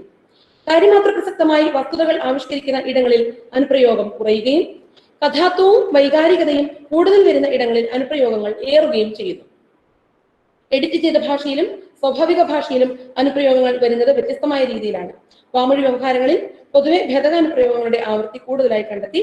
എന്നാൽ കമന്ററി മുതലായവയിൽ വളരെ കുറവായിട്ട് മാത്രമാണ് കാണുവാൻ സാധിച്ചത്. വ്യവഹാരത്തെ വൈകാരികമാക്കുന്നതിലും അതിന്റെ സൃഷ്ടിമുഖത്വം പ്രകടിപ്പിക്കുന്നതിലും ഭേദകാനുപ്രയോഗങ്ങൾക്ക് വലിയ പങ്കുണ്ട്. പൊതുനിയമങ്ങൾ പറയാനാവാത്ത വിധം പറയുന്നയാളുടെ ശേഷിക്കനുസരിച്ച് ഭേദകാനുപ്രയോഗത്തെ വികസിപ്പിക്കാൻ സാധിക്കും. ഭാഷാ ശൈലിയുമായും അതിന് ബന്ധമുണ്ട്. ഇവിടെ തെരഞ്ഞെടുത്തിരിക്കുന്ന വ്യവഹാര മാതൃകകളിലെ ഭേദകാനുപ്രയോഗങ്ങളുടെ ഉപയോഗം അതിന് തെളിവാണ്. അനുപ്രയോഗം എന്ന സങ്കല്പനത്തെ പുനർവിചിന്തനം ചെയ്യേണ്ടതുണ്ട് എന്ന നിലപാടിലേക്കാണ് ഈ പ്രബന്ധം എത്തിയത്. വ്യാകരണികമായ പല ധർമ്മങ്ങളാണ് വ്യത്യസ്തതരം അനുപ്രയോഗങ്ങൾ പുലർത്തുന്നത് എന്നിരിക്കെ ഒരൊറ്റ സംവർഗത്തിൽ ഇവയെ ഉൾപ്പെടുത്തുന്നത് ശരിയല്ല. കാലാനുപ്രയോഗത്തെ പ്രയോഗ വൈവിധ്യവും ഉപയോഗവും മുൻനിർത്തി പ്രത്യേക വ്യാകരണ സംവർഗമായി പരിഗണിക്കേണ്ടതാണ്. മലയാളത്തിൽ അനുപ്രയോഗം എന്ന വിഭാഗത്തിൽ ഏറ്റവും അധികം ഉപയോഗിക്കുന്നത് കാലാനുപ്രയോഗ ധാതുക്കളാണ്. അവയുടെ പ്രവർത്തന മണ്ഡലത്തിന്റെ വൈപുല്യവും തരഭേദവും കണക്കിലെടുത്ത് അവയെ കാലചർച്ചയോട് കൂട്ടിച്ചേർത്ത് സ്വതന്ത്രമായ ഒരു വ്യാകരണ സംവർഗമായി കണക്കാക്കിയാൽ നന്നായിരിക്കും. പൂർണ്ണാനുപ്രയോഗം എണ്ണത്തിൽ കുറവാണ്. ഘടനാപൂർണമായിട്ടാണ് തന്നെയാണ് അവ പ്രവർത്തിക്കുന്നത്. പ്രകാരങ്ങളെ പ്രത്യേകമായി തന്നെ കണക്കാക്കണം. സമകാല സാഹചര്യത്തിൽ പ്രത്യേകമായി ഉപയോഗിക്കുന്നവയല്ലാതെ ഒരൊറ്റ പ്രകാര ധാതുവിനെയും ഈ പഠനത്തിൽ കണ്ടെത്താനായില്ല. നിഷേധരൂപങ്ങളെയും അനുപ്രയോഗത്തിൽ നിന്ന് വ്യത്യസ്തവും സ്വതന്ത്രവുമായ വിഭാഗമായി കണക്കാക്കേണ്ടതാണ്. കർമ്മണി പ്രയോഗം മലയാളത്തിൽ സ്വാഭാവികമല്ല, എണ്ണത്തിൽ കുറവുമാണ്. അതിനെയും അനുപ്രയോഗമായി കണക്കാക്കേണ്ടതില്ല. സംയോജക ക്രിയയെയും പ്രത്യേക വിഭാഗമായി കണക്കാക്കുന്നതാണ് നല്ലത്. അനുപ്രയോഗം എന്ന സാങ്കേതിക പദത്തെ അതിന്റെ പദഘടകങ്ങളെ മുൻനിർത്തി നോക്കുമ്പോൾ മേൽപ്പറഞ്ഞ പ്രയോഗങ്ങളെയെല്ലാം അനുപ്രയോഗങ്ങൾ എന്ന് വിളിക്കാവുന്നതാണ്. എങ്കിലും വ്യാകരണപരമായ അവയുടെ ധർമ്മം നോക്കുമ്പോൾ അവയെ ഓരോന്നിനെയും വ്യത്യസ്തങ്ങളായി കണക്കാക്കാവുന്നതാണ്. അക്കൂട്ടത്തിൽ വ്യാകരണപരമായ സവിശേഷ ധർമ്മം നിർവഹിക്കുന്നു എന്ന അർത്ഥത്തിൽ ഭേദകാനുപ്രയോഗങ്ങളെ പ്രത്യേകമായി പരിഗണിക്കാം. അവയെ അനുപ്രയോഗം എന്നതിനുപരിയായി സഹായക്രിയ എന്ന് തന്നെ വിളിക്കുന്നതാണ് ഉചിതം. വാക്യത്തിലെ പ്രവർത്തനങ്ങളെ മുൻനിർത്തി പ്രധാന ക്രിയ, സഹായക്രിയ എന്ന ക്രിയയെ രണ്ടായി തിരിക്കാം എന്ന് ഉറപ്പിച്ചു പറയാനും ക്രിയാവർഗീകരണത്തിൽ ഒരു ഉപവിഭാഗമായി ഇവയെ ഉൾപ്പെടുത്താനും അതുവഴി സാധിക്കും. ഇവിടെ അനുപ്രയോഗങ്ങളായി ചർച്ച ചെയ്ത പല ധാതുക്കളും അവയുടെ വ്യാകരണികമായ ധർമ്മത്തിനപ്പുറം വ്യവഹാരത്തെ തന്നെ നിർണ്ണയിക്കുന്ന ഘടകങ്ങളായി മാറുന്നുണ്ട്. അവയെ വ്യവഹാര ചിഹ്നങ്ങൾ എന്ന നിലയിൽ മനസ്സിലാക്കി ആ പ്രത്യേക വ്യവഹാരത്തിനകത്ത് അവ എങ്ങനെയാണ് ഇടപെടുന്നതെന്നും എന്തിനാണ് ഇടപെടുന്നത് എന്നും അന്വേഷിക്കുന്നത് മലയാള ഭാഷാ പഠനത്തെ പുതിയ വിധാനങ്ങളിലേക്ക് നയിക്കും. നന്ദി.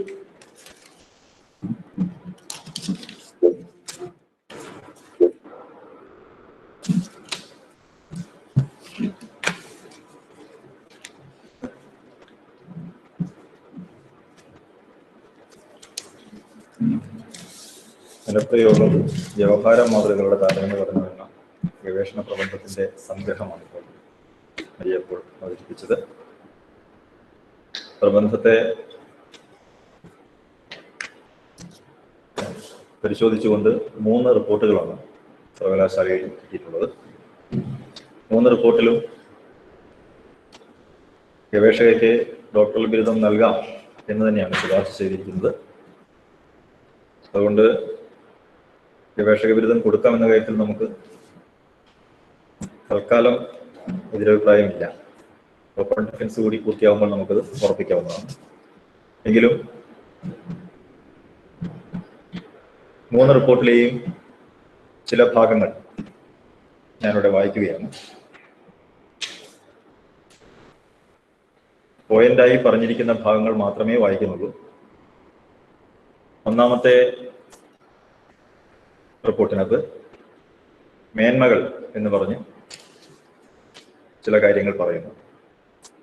ഒന്ന്, പരികൽപ്പനയ്ക്ക് അനുസൃതമായ രീതിയിൽ ദത്തശേഖരണം, അവതരണം, അപഗ്രഥനം എന്നിവ നടത്തുന്ന കാര്യത്തിൽ ഗവേഷക വിജയിച്ചിരിക്കുന്നു. സുഗ്രഹമായ ഭാഷയിൽ എഴുതാൻ ഗവേഷകയ്ക്ക് കഴിഞ്ഞിട്ടുണ്ട്. അതാണ് രണ്ടാമത്തെ കാര്യം. 3, ശ്രദ്ധേയങ്ങളായ പല നിരീക്ഷണങ്ങളും മുന്നോട്ട് വയ്ക്കാൻ ഗവേഷകയ്ക്ക് കഴിഞ്ഞിട്ടുണ്ട്. അതിനുശേഷം ആ നിരീക്ഷണങ്ങൾ അക്കമിട്ട് പറയുന്നുണ്ട്. 5 എണ്ണമാണ് പറയുന്നത്.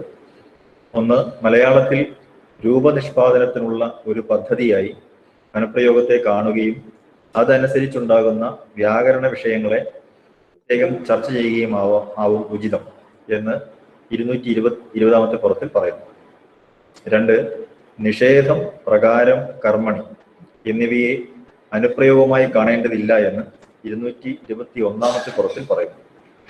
3, അനുപ്രയോഗങ്ങളിൽ തന്നെ ഏറ്റവും അധികം പ്രയോഗമുള്ള വിഭാഗം കാലാനുപ്രയോഗമാണ് എന്ന് 284-ാമത്തെ പുറത്തിൽ പറയുന്നു. 4, പൂരണാനുപ്രയോഗങ്ങളുടെ എണ്ണം താരതമ്യേന വളരെ കുറവാണ്. ഘടനാപൂരണം എന്ന നിലയിൽ തന്നെയാണ് ഇവ പ്രവർത്തിക്കുന്നത്. ഇതുവരെ വിശകലനം ചെയ്ത വ്യവഹാര മാതൃകകളിൽ പ്രസംഗ, പ്രതികരണം എന്നീ രൂപങ്ങളിലാണ് പൂരണാനുപ്രയോഗം കൂടുതലായി കണ്ടത്. 5, വ്യാകരണികമായ പല ധർമ്മങ്ങളാണ് വ്യത്യസ്ത തരം അനുപ്രയോഗങ്ങൾ പുലർത്തുന്നത് എന്നിരിക്കെ ഒരൊറ്റ സമ്പർക്കത്തിൽ ഇവയെ ഉൾപ്പെടുത്തുന്നത് ശരിയല്ല എന്ന് 298-ാമത്തെ പുറത്തിൽ പറഞ്ഞിരിക്കുന്നു. ഇത്രയുമാണ് മേന്മകളായി പറഞ്ഞിരിക്കുന്നത്. അതിനുശേഷം ഓപ്പൺ ഡിഫൻസിൽ ഉന്നയിക്കാവുന്ന ചോദ്യങ്ങൾ എന്ന് പറഞ്ഞുകൊണ്ട് 4 ചോദ്യങ്ങൾ ഈ മൂല്യനിർണ്ണയ റിപ്പോർട്ടിൽ ഉണ്ട്. 1, അർത്ഥവിതരണത്തിന്റെ അടിസ്ഥാനത്തിൽ അനുപ്രയോഗങ്ങളെ വർഗീകരിക്കുന്ന ഈ പ്രബന്ധത്തിൽ കാലാനുപ്രയോഗത്തെ അനുപ്രയോഗത്തിന്റെ ഭാഗമായിട്ടാണ് കാണുന്നത്. അത് ക്രിയയുടെ പക്ഷത്തെയല്ലേ കാണിക്കുന്നത് എന്ന് ചോദിച്ചിട്ടുണ്ട്. എനിക്ക് തോന്നുന്നത് പ്രബന്ധ സംഗ്രഹം പറയുമ്പോൾ തന്നെ മരിയ പറയുന്നുണ്ടായിരുന്നു, പ്രത്യേക വ്യാകരണ സമ്മർദ്ദമായിട്ടാണ് അനുപ്രയോഗത്തെ പരിഗണിച്ചിരിക്കുന്നത്. ഇതുവരെ തുടർന്നു വന്നിരുന്ന രീതിയിൽ ക്രിയയുടെ ഭാഗമായിട്ടല്ല എന്നൊരു ധ്വനി അവിടെ വരുന്നുണ്ടായിരുന്നു. അതായിരിക്കാം ചോദ്യോർത്ത ഉദ്ദേശിച്ചതെന്ന് പ്രതീക്ഷിക്കുന്നു. 2, വ്യവഹാരങ്ങളിലെ അനുപ്രയോഗങ്ങളുടെ അപഗ്രഥനത്തിൽ പ്രകാരത്തെയും പഠിക്കുന്നുണ്ട്. ഇത് പ്രകാരം അനുപ്രയോഗമാണെന്ന വീക്ഷണത്തിന്റെ ഭാഗമായാണോ ചെയ്തത്? അങ്ങനെയാണെങ്കിൽ പ്രകാരത്തെ പ്രത്യേക വ്യാകരണ സമ്മർദ്ദമായി പരിഗണിക്കണമെന്ന് ദത്താപഗ്രഥനത്തിൽ പറയുന്നതിന്റെ സാങ്കത്യം എന്ത്? 3, അനുപ്രയോഗം വാക്യരചനാന്തരണം കൊണ്ടുണ്ടാകുന്നവയല്ല, മറിച്ച് മുറ്റുവിന, വിനയച്ചം എന്നിവ വാക്യരചനാന്തരണം വഴി ഉണ്ടാകുന്നവയാണ് എന്ന് 111-ാമത്തെ പുറത്തിൽ പറഞ്ഞിരിക്കുന്നത് വിശദീകരിക്കാമോ എന്ന് ചോദിച്ചിരിക്കുന്നു. 4.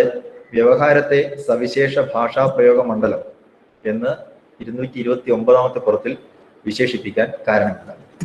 ഇങ്ങനെ 4 ചോദ്യങ്ങളാണ് ചോദിച്ചിട്ടുള്ളത്. ഇവയുടെ മറുപടി ഓപ്പൺ ഡിഫൻസിൽ പറയുമായിരിക്കും എന്ന് റിപ്പോർട്ടിൽ പറയുന്നു. രണ്ടാമത്തെ റിപ്പോർട്ടിൽ 13 പോയിന്റുകളാണ് പറഞ്ഞിട്ടുള്ളത്. അതിൽ 10 പ്രബന്ധത്തിന്റെ മേന്മകളെ വിശദീകരിക്കുന്നതാണ്.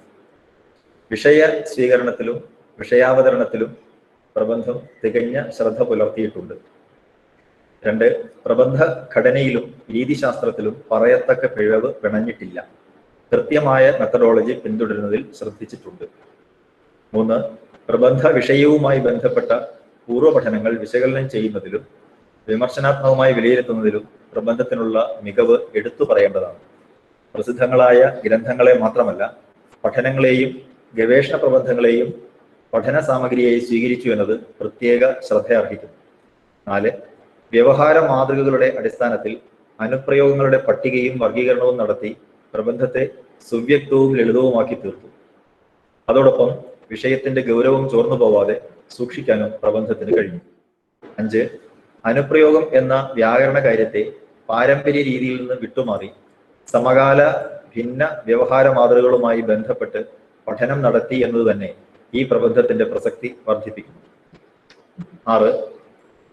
പ്രബന്ധത്തിന്റെ പകുതിയോളം അനുബന്ധത്തിന് വേണ്ടിയാണ് നീക്കിവെച്ചിട്ടുള്ളത്. ഗവേഷണ പ്രബന്ധത്തിന്റെ ദൈർഘ്യം വർദ്ധിക്കാൻ കാരണമായി എന്നതുകൊണ്ട് തന്നെ ഒറ്റ നോട്ടത്തിൽ അനുബന്ധം അനാവശ്യമായി തോന്നുമെങ്കിലും പ്രബന്ധം സമഗ്രവും ആധികാരികവുമാക്കുന്നതിൽ അതിന്റെ പങ്ക് ചെറുതല്ല. 7. വ്യവഹാര മാതൃകകളുടെ പൂർണ്ണരൂപം അനുബന്ധത്തിൽ ഉൾപ്പെടുത്തുക മാത്രമല്ല, അവയിൽ പ്രത്യക്ഷപ്പെടുന്ന അനുപ്രയോഗങ്ങളെ ഇനം തിരിച്ച് അനുബന്ധമായി നൽകുകയും ചെയ്തിരിക്കുന്നു. 8. കാലാനുപ്രയോഗം സംബന്ധിച്ച് നല്ല ഒരു നിരീക്ഷണം ഈ പ്രബന്ധം മുന്നോട്ട് വയ്ക്കുന്നുണ്ട്.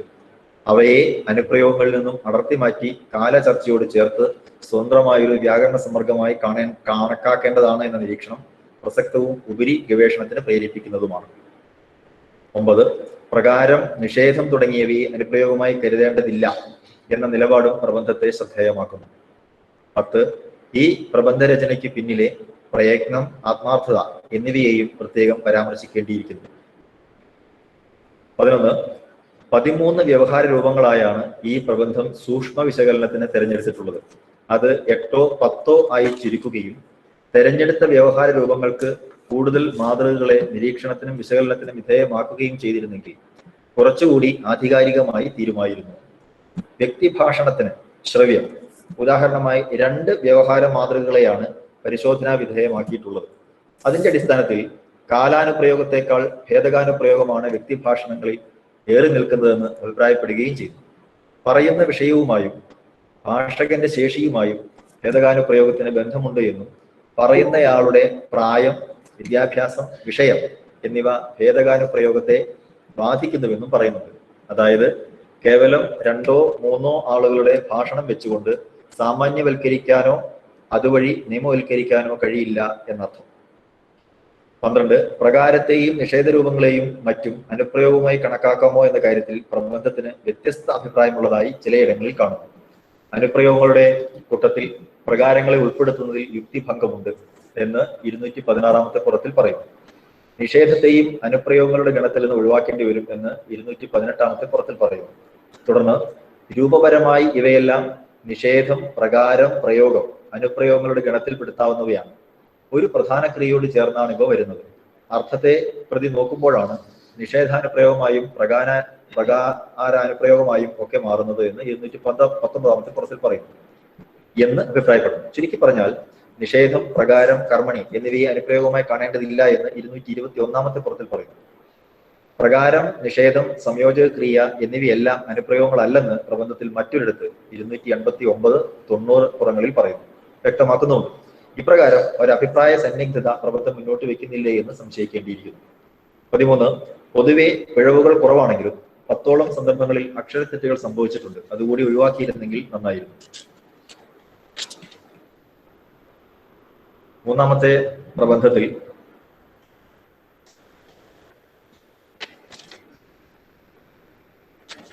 മേന്മകൾ.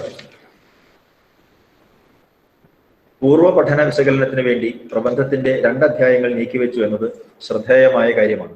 അനുപ്രയോഗത്തിന്റെ സമകാല വിശകലനത്തിലേക്ക് കടക്കുന്നതിന് മുമ്പ് അതുവരെ ഉണ്ടായിട്ടുള്ള പഠന സാഹചര്യങ്ങളെ വിലയിരുത്തുന്നത് ഗവേഷണത്തിൽ വളരെ പ്രധാനപ്പെട്ട ഒന്നാണ്. അതുകൊണ്ട് തന്നെ ഇവിടെ സ്വീകരിച്ചിട്ടുള്ള രീതി ഗവേഷണ മേഖലയ്ക്ക് ഒരു മാതൃകയാണ്. 2-ാം അധ്യായത്തിൽ നൽകിയിട്ടുള്ള അടിക്കുറിപ്പുകൾ ഗവേഷണത്തിന്റെ വിസ്തൃതിയും ജ്ഞാനപരിസരവും വ്യക്തമാക്കുന്ന വിധത്തിൽ ഉചിതമായിട്ടുണ്ട്. പ്രബന്ധ ശരീരത്തിന് ബലമേകുന്ന വിധത്തിൽ വിശദീകരണങ്ങളും തെളിവുകളും യുക്തിപൂർവ്വം അവതരിപ്പിക്കുവാൻ ഈ അടിക്കുറിപ്പുകൾ സഹായിക്കുന്നുണ്ട്. അനുപ്രയോഗത്തെ വാക്യത്തിന്റെ ഭാഗമായി കാണണമെന്ന കാഴ്ചപ്പാട് ഗവേഷണത്തെ സമകാലികമാക്കുവാൻ സഹായിച്ചിട്ടുണ്ട്. വ്യാകരണത്തിന്റെ പരമ്പരാഗത വഴികളിൽ നിന്നും മാറി പുതിയ രീതിയിൽ വ്യാകരണ സമ്മർദ്ദങ്ങളെ സമീപിക്കുന്ന ഭാഷാശാസ്ത്ര രീതിശാസ്ത്രമാണ് ഇവിടെ പ്രയോഗത്തിൽ വരുത്തിയിരിക്കുന്നത്. അനുപ്രയോഗത്തിന് വൈകാരിക ഭാവങ്ങളോടുള്ള ബന്ധം ഗവേഷകർ നിരീക്ഷിക്കുന്നുണ്ട്.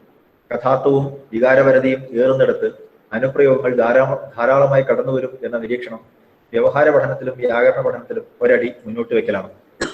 അനുപ്രയോഗം കേവലമല്ലെന്നും പ്രകരണാധിഷ്ഠിതമാണെന്നുമുള്ള നിരീക്ഷണത്തോടെയാണ് ഗവേഷണം നിർവഹിച്ചിട്ടുള്ളത്. ഭാഷാ പഠനത്തിന്റെ പുതുവഴികളിൽ വളരെ പ്രധാനപ്പെട്ട ഒന്നാണ് അർത്ഥവും പ്രകരണവും എന്ന മേഖല. അത്തരമൊരു നോട്ടം ഇവിടെ നടത്താൻ കഴിഞ്ഞു എന്നത് ഗവേഷണത്തിന്റെ നേട്ടമാണ്. ഭാഷയുടെ സ്വാഭാവികത കൂടുതൽ കാണുക സ്വാഭാവിക സംഭാഷണത്തിലാവും. എന്നാൽ മാനക ഭാഷയെ അടിസ്ഥാനമാക്കിയാണ് വ്യാകരണ കൃതികൾ രചിക്കപ്പെടുന്നത്. അനുപ്രയോഗ പാഠത്തിന് മുൻ പഠിതാക്കൾ സ്വീകരിച്ചിരുന്നത് സാഹിത്യ രൂപങ്ങളായിരുന്നുവെന്നും ഈ ഗവേഷണത്തിന് കഥ, നോവൽ പോലുള്ള സാഹിത്യ രൂപങ്ങളെ ഒഴിവാക്കി സംഭാഷണ പ്രധാനമായ വ്യവഹാര മാതൃകകളെയാണ് വിശകലനത്തിനായി സ്വീകരിക്കുന്നതെന്നും ഗവേഷകർ വ്യക്തമാക്കുന്നുണ്ട്. നൈസർഗികമായ ഭാഷാ പ്രയോഗം സംഭാഷണ പ്രധാനമായ വ്യവഹാരങ്ങളിലായിരിക്കും എന്നതിനാൽ അത്തരമൊരു തെരഞ്ഞെടുപ്പിന്റെ യുക്തി ഉചിതമായിട്ടുണ്ട്. ഗവേഷണത്തിൽ നിരീക്ഷിച്ച കാര്യം ഭാഷയുടെ എല്ലാ രൂപങ്ങളിലും ബാധകമാണോ എന്നറിയാൻ സാഹിത്യ രൂപത്തെ കൂടി വിശകലന വിധേയമാക്കുന്നത് നല്ലതായിരുന്നു.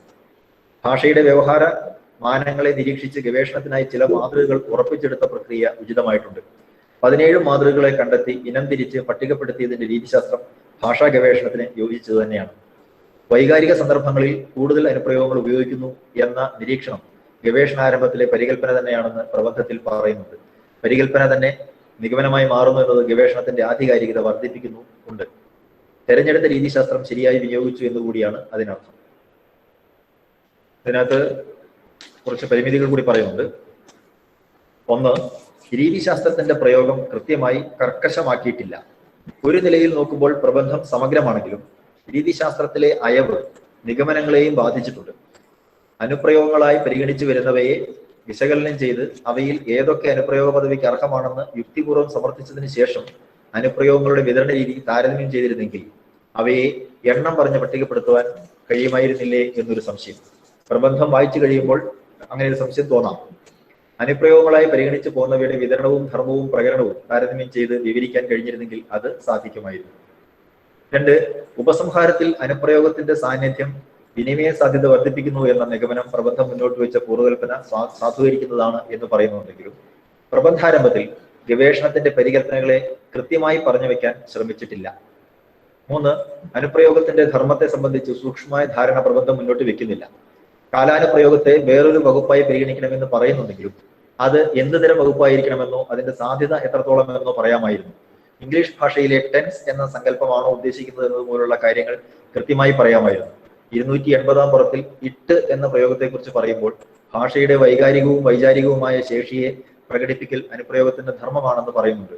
ഒപ്പം ദൃഢീകരണം അഥവാ ഉറപ്പിക്കൽ അനുപ്രയോഗ ധർമ്മമല്ലെന്ന് പറയുന്നു. ഇങ്ങനെ പറയുന്നതിന്റെ യുക്തി ഇതോടൊപ്പമോ മറ്റൊരിടത്തോ പറയാമായിരുന്നു.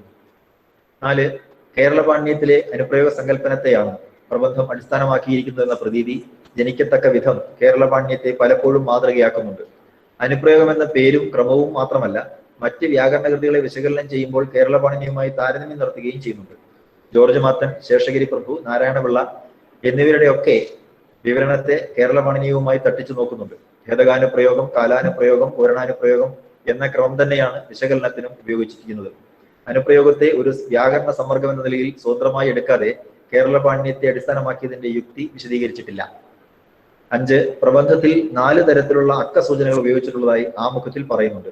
എന്നാൽ പ്രബന്ധ ശരീരത്തിൽ സ്വീകരിച്ചിരിക്കുന്ന അക്കസൂചന പറയുന്നുമില്ല. അത് എല്ലാ പ്രബന്ധങ്ങൾക്കും ഒരുപോലെ ആയതിനാൽ വിട്ടുകളഞ്ഞതാവും എന്ന് ഊഹിക്കാം. എന്നാൽ അതേ അക്കസൂചന തന്നെ വ്യവഹാര മാതൃകാ സൂചനയ്ക്കും അനുപ്രയോഗ സൂചനയ്ക്കും ഉപയോഗിച്ചതിന്റെ യുക്തി പ്രബന്ധത്തിൽ വിശദീകരിച്ചിട്ടില്ല. പ്രബന്ധ ഖണ്ഡത്തിന്റെ സൂചനയും വ്യവഹാര മാതൃക അനുപ്രയോഗ സൂചനയും ഒരേ സമ്പ്രദായത്തിൽ നൽകിയതിന് തീർച്ചയായും എന്തെങ്കിലും യുക്തി ഉണ്ടാവാം. ഈ അക്കസൂചനകൾ തിരിച്ചറിയാൻ പാകത്തിന് വിശദീകരിക്കുകയോ വ്യത്യസ്ത രീതിയിൽ രേഖപ്പെടുത്തുകയോ ചെയ്യാമായിരുന്നു. ചെരിഞ്ഞ വര കൊണ്ടോ നക്ഷത്രചിഹ്നം കൊണ്ടോ ചെരിഞ്ഞ അക്കം കൊണ്ടോ ഒക്കെ അവ വ്യത്യസ്തപ്പെടുത്താമായിരുന്നിട്ടും അങ്ങനെ ചെയ്യാതിരുന്നതിന്റെ യുക്തി വിശദീകരിച്ചിട്ടില്ല. വ്യവഹാരത്തെയും വ്യവഹാര മാതൃകകളെയും വിവരിക്കുകയും വർഗീകരിക്കുകയും ചെയ്യുന്നിടത്ത് സാധ്യമായ മാതൃകകളെ എല്ലാം പറയാതിരിക്കുകയും പരിഗണിക്കാതിരിക്കുകയും ചെയ്തതിന്റെ യുക്തി വിശദീകരിച്ചിട്ടില്ല. വ്യവഹാര മാതൃകകളെ അനുപ്രയോഗ പഠനത്തിന്റെ സൗകര്യത്തിനു വേണ്ടി ഔപചാരികം അനൗപചാരികം എന്നോ വിചാരപ്രധാനം വികാരപ്രധാനം എന്നോ ഒക്കെ തിരിക്കാൻ കഴിയുമായിരുന്നു എന്നുകൂടി ആലോചിക്കാമായിരുന്നു. പ്രബന്ധ നിഗമനത്തെ സാധൂകരിക്കാൻ കുറെ കൂടി എളുപ്പത്തിൽ സാധിക്കുന്ന വിധം വ്യവഹാര മാതൃകകളെ വേർതിരിച്ച് അവയിലെ ശൈലി വ്യത്യാസത്തെ അടയാളപ്പെടുത്താൻ കഴിയുമായിരുന്നോ എന്നും അന്വേഷിക്കാവുന്നതായിരുന്നു. ഇപ്പോഴത്തെ രീതിശാസ്ത്രവും ഭാഷാ പഠനത്തിന് യോജിച്ചു തന്നെയാണ് രീതിയെ സംബന്ധിച്ച് ഒരു സാധ്യത പങ്കുവെച്ചു എന്ന് മാത്രം. നിഷേധത്തെ ഏഴാമത്തത് നിഷേധത്തെ അനുപ്രയോഗമായി പരിഗണിക്കേണ്ടതില്ല എന്ന് പറയുന്നിടത്ത് 289 പുറം. നിഷേധത്തെ അനുപ്രയോഗത്തിന്റെ കൂട്ടത്തിലാണ് മലയാള വ്യാകരണം സാമാന്യമായി ചർച്ച ചെയ്യുന്നത് എന്ന് പറയുന്നുണ്ട്. എന്നാൽ പുറം 203 മുതൽ കൊടുത്തിരിക്കുന്ന പട്ടിക 2-ൽ ആകെ 17 വ്യാകരണ കൃതിയിലുള്ളതിൽ 4 മാത്രമാണ് നിഷേധത്തെ അനുപ്രയോഗമായി പരിഗണിച്ചതായി രേഖപ്പെടുത്തിയിരിക്കുന്നത്. എന്നിട്ടും സാമാന്യം എന്ന് നിരീക്ഷിച്ചതിന്റെ യുക്തി കൂടി പ്രബന്ധത്തിൽ വിശദീകരിക്കേണ്ടതായിരുന്നു. 8 പൂർവ്വ പഠിതാക്കളിൽ ചിലരുടെ പേരുകൾ ആവർത്തിക്കേണ്ടി വരുമ്പോൾ പല വിധത്തിലാണ് അവ പരാമർശിച്ച് കാണുന്നത്. മാത്തൻ, പ്രഭു, കുന്നപ്പള്ളി, ഭട്ടതിരി, CV എന്നിങ്ങനെ. അത്തരം പരാമർശ രൂപങ്ങളുടെ പ്രയോഗത്തിൽ സ്വീകരിച്ചിരിക്കുന്ന രീതിശാസ്ത്രവും അതിനുള്ള യുക്തിയും പ്രബന്ധത്തിൽ വിശദമാക്കിയിട്ടില്ല.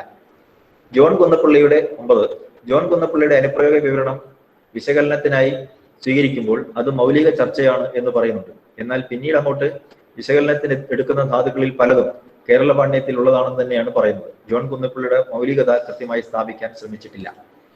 10 പൂർവ്വ പഠനങ്ങളുടെ കൂട്ടത്തിൽ R.E. ആഷറും T.C. ശ്രീകുമാരിയും ചേർന്നെഴുതിയ മലയാളം എന്ന കൃതി എന്തുകൊണ്ടാണ് ഒഴിവാക്കുന്നതെന്ന കാര്യം പറയേണ്ടതായിരുന്നു. ഒരേ വിഷയത്തിൽ ഒരുപാട് കൃതികൾ ഉണ്ടാകുമ്പോൾ പഠന സൗകര്യത്തിനായി ചിലത് ഒഴിവാക്കേണ്ടി വരുമെന്നത് സ്വാഭാവികമാണ്. ചിലത് സ്വീകരിക്കുകയും ചിലത് ഒഴിവാക്കുകയും ചെയ്യുന്നതിന് തീർച്ചയായും കാരണങ്ങളും യുക്തികളും ഉണ്ടാവും. ആ കാരണങ്ങളും യുക്തികളും പറഞ്ഞ് ഏതൊക്കെ കൃതികൾ സ്വീകരിക്കുന്നു എന്ന് പറഞ്ഞാൽ പ്രസ്തുത മേഖലയിൽ പഠിതാവിനുള്ള ആധികാരികത സ്ഥാപിച്ചെടുക്കാൻ കഴിയും. കാരണങ്ങളും യുക്തികളും പ്രബന്ധത്തിൽ പറഞ്ഞിട്ടില്ല എന്നത് ഒരു പരിമിതിയാണ്. ഇംഗ്ലീഷ് ഭാഷയിൽ തയ്യാറാക്കിയ ഗവേഷണ പ്രബന്ധം വിശകലനത്തിനായി തെരഞ്ഞെടുത്ത സാഹചര്യത്തിൽ എന്തുകൊണ്ട് ആശ്രയം ഒഴിവാക്കി എന്ന് പറയുന്നത് പ്രബന്ധത്തിന്റെ ബലം വർദ്ധിപ്പിക്കും. 11 വിശകലനത്തിനായി പൂർവ്വപഠനങ്ങൾ തെരഞ്ഞെടുത്തപ്പോൾ ഒഴിവാക്കിയ മറ്റു പുസ്തകങ്ങളും ലേഖനങ്ങളും പട്ടികപ്പെടുത്തിയിട്ടില്ല എന്നതും പരിമിതിയാണ്. P. Narayana Menon, V.K. Hariharan Unnithan, കുട്ടികൃഷ്ണമാരാരെ, C.K. Chandrasekharan Nair എന്നിവരൊക്കെ അനുപ്രയോഗത്തെക്കുറിച്ച് എഴുതിയിട്ടുള്ളവരാണ്. ഈ ഗവേഷണ പ്രബന്ധത്തിൽ ഉൾപ്പെടുത്തേണ്ട എഴുത്തുകാർ ആയിരിക്കില്ല ഇവയൊന്നും. പക്ഷേ അത് എന്തുകൊണ്ടാണ് എന്ന് പറഞ്ഞു പോകുന്നതാണ് പ്രബന്ധത്തിന്റെ സമഗ്രതയ്ക്ക് നല്ലത്. 12 5-ാം അധ്യായത്തിൽ മറ്റു ഭാഷകളിൽ കാലത്തെ മറ്റു രൂപങ്ങളിൽ നിന്ന് അടർത്തിയെടുത്ത് സ്വതന്ത്രമായി ചർച്ച ചെയ്യുന്നത് പോലെ അല്ല മലയാളത്തിൽ കാലാനുപ്രയോഗങ്ങളുടെ സ്ഥിതി എന്ന് പറയുന്നുണ്ട്. പുറം 286. മറ്റു ഭാഷകൾ എന്ന പ്രയോഗത്തിന്റെ വ്യാപ്തി കൂടി ഇവിടെ വിശദീകരിക്കാമായിരുന്നു. ഇതിന് സമാനമായി പലരും, മറ്റു വൈയാകരണന്മാർ എന്നൊക്കെ പ്രയോഗിച്ചു കാണുന്നുണ്ട്. പ്രബന്ധത്തിന്റെ ദൃഢതയ്ക്ക് ഊഹാപോഹങ്ങൾക്കിട നൽകാത്ത കൃത്യമായ പ്രയോഗങ്ങളാണ് നല്ലത്. 13 സംയോജക ക്രിയയെ പൂർണ്ണക്രിയയായി പരിഗണിക്കേണ്ട എന്ന് പറയുന്നതിന്റെ യുക്തി വിശദമാക്കിയിട്ടില്ല. സംയോജക ക്രിയയെ പൂർണ്ണക്രിയയായി പരിഗണിക്കുന്നില്ലെങ്കിൽ പൂർണ്ണക്രിയ ഇല്ലാത്ത വാക്യങ്ങൾ ഉണ്ടാകും എന്നും അംഗീകരിക്കേണ്ടി വരില്ലേ?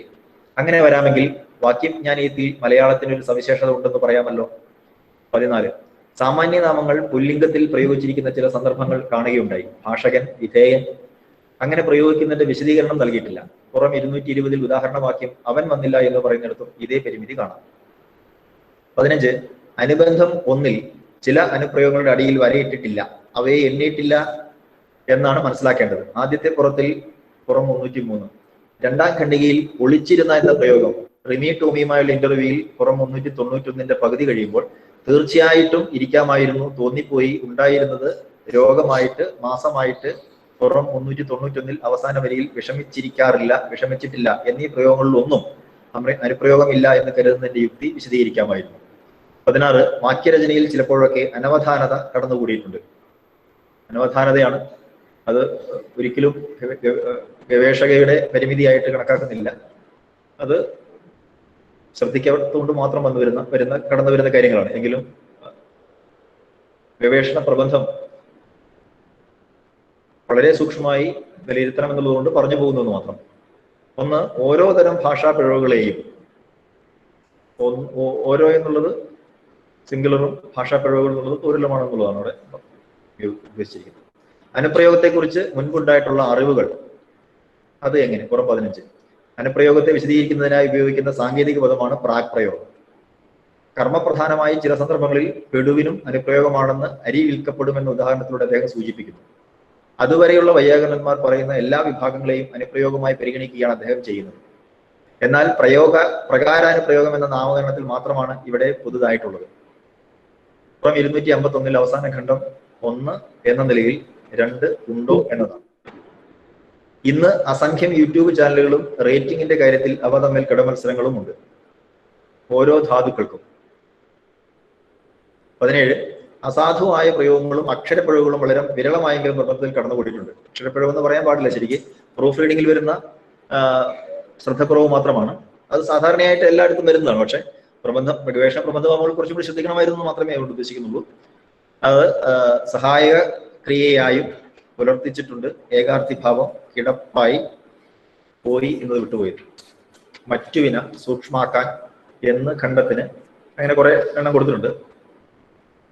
ഇത്രയുമാണ് പരിമിതികളായിട്ട് പറഞ്ഞിട്ടുള്ളത്. ഇങ്ങനെയാണ് 3 റിപ്പോർട്ടുകളിലും പറയുന്നത്. ഏറി നിൽക്കുന്നത് മേന്മകൾ തന്നെയാണ്. പരിമിതികൾ എന്ന് പറഞ്ഞിട്ടുള്ളതും ചോദ്യമായി പറഞ്ഞിട്ടുള്ളതും സാധാരണയായിട്ട് സംഭവിക്കാവുന്ന കാര്യങ്ങൾ തന്നെയാണ്. പക്ഷെ കുറച്ചുകൂടി ശ്രദ്ധിക്കാമായിരുന്നു മാത്രമേ അതിനകത്ത് അർത്ഥമുള്ളൂ. തീർച്ചയായും മര്യാദയ്ക്ക് അതിനുള്ള യുക്തികൾ ഉണ്ടാവും, അതിനുള്ള വിശദീകരണവും ഉണ്ടാവും. മറുപടിയേക്കാൾ ഉപരിയായി അതിന് പലതും വിശദീകരിക്കേണ്ടതാണ്, മറുപടിയായിട്ട് പറയേണ്ടതല്ല. അതുകൊണ്ട് അത്തരം വിശദീകരണങ്ങൾ നമ്മൾ പ്രതീക്ഷിക്കുന്നുണ്ട്. തീർച്ചയായും ഇത്രയും കാലം വ്യാകരണത്തിൽ ഗവേഷണം നടത്തി എന്നത് തന്നെ വളരെ സ്തുത്യർഹമായ കാര്യമാണ്.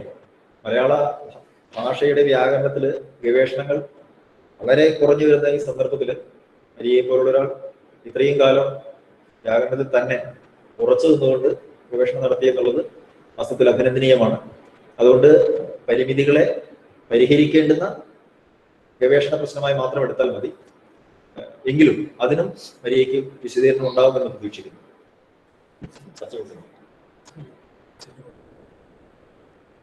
ഈ ഇപ്പോൾ വായിച്ച റിപ്പോർട്ടുകളിലെ പരിമിതികളോ ചോദ്യങ്ങളോ ഉടനെ വിശദീകരിക്കേണ്ടതില്ല. തുടർന്ന് ചർച്ചയ്ക്കുള്ള സമയമാണ്. ഈ ഓപ്പൺ ഡിഫൻസിൽ പങ്കെടുക്കുന്ന എല്ലാവർക്കും ചോദ്യങ്ങൾ ചോദിക്കുവാൻ, അഭിപ്രായങ്ങൾ പറയുവാൻ ഒക്കെ സമയമുണ്ട്. വളരെ ചുരുങ്ങിയ വാക്കുകളിൽ വേണമെന്ന് അജയ് മാഷ് പറഞ്ഞിട്ടുണ്ട്. അതുകൊണ്ട് വളരെ ചുരുങ്ങിയ വാക്കുകളിൽ നിങ്ങളുടെ അഭിപ്രായങ്ങൾ, നിർദ്ദേശങ്ങൾ രേഖപ്പെടുത്തുക. തീർച്ചയായും അത് വേണം. ചോദിക്കാനും പറയാനും ആളുണ്ടാവണമെന്നാണ് പറയുന്നത്. അതുകൊണ്ട് നിങ്ങളുടെ കമന്റുകൾ രേഖപ്പെടുത്തുക. അതിനുശേഷം മരിയ എല്ലാറ്റിനും കൂടി ഒരുമിച്ച് വിശദീകരണം നൽകുന്നതാണ്.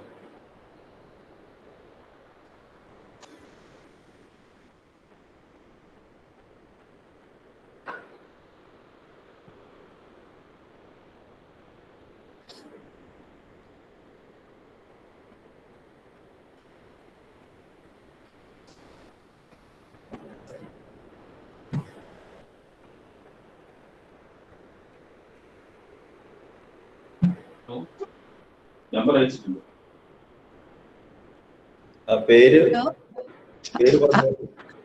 ഹലോ, ചോദിക്കട്ടെ?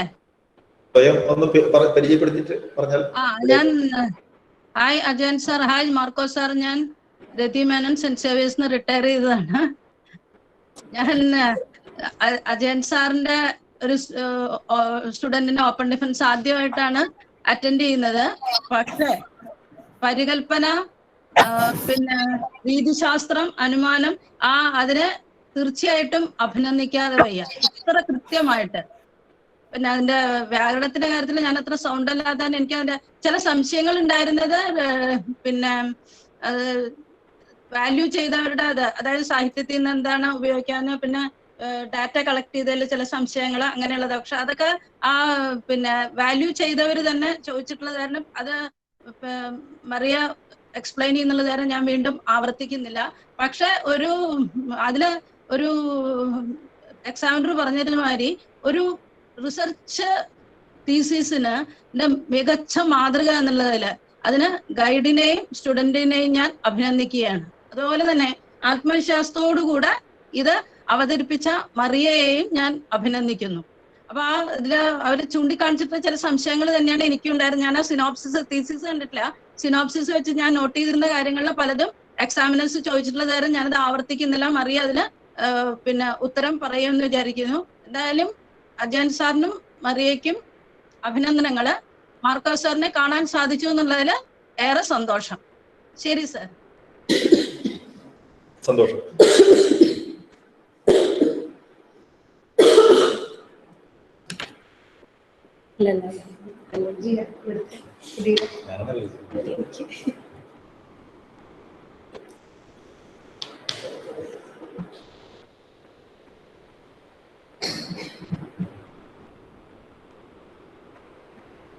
ആളുകൾ മുന്നോട്ട് വരിക.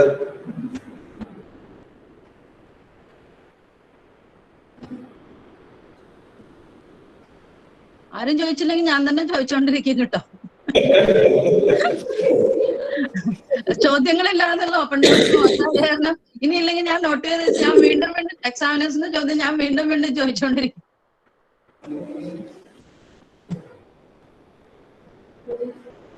നിങ്ങളുടെ മൈക്ക് അൺമ്യൂട്ട് ചെയ്ത് ഡിഫൻസിൽ പങ്കെടുക്കുക.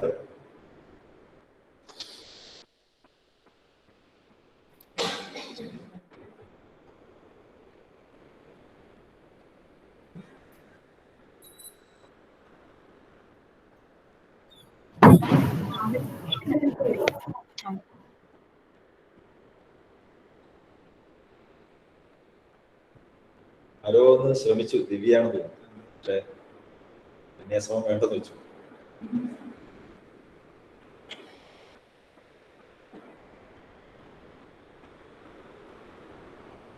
എന്നാ പിന്നെ മറിയ സാഹിത്യത്തിന്റെ വ്യവഹാരം എന്നുള്ളതിൽ സാഹിത്യത്തെ എന്തുകൊണ്ട് ഒഴിവാക്കി എന്നുള്ളത് ചോദിച്ചു തുടങ്ങും. അപ്പൊ പിന്നെ ആരെങ്കിലും തുറന്ന് ചോദിച്ചോളും.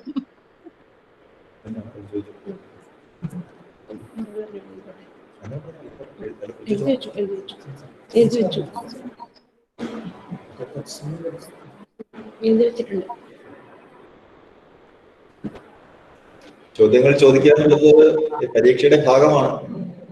ആളുകൾ ചോദ്യം ചോദിക്കാതിരിക്കുന്നത് നല്ലതല്ല.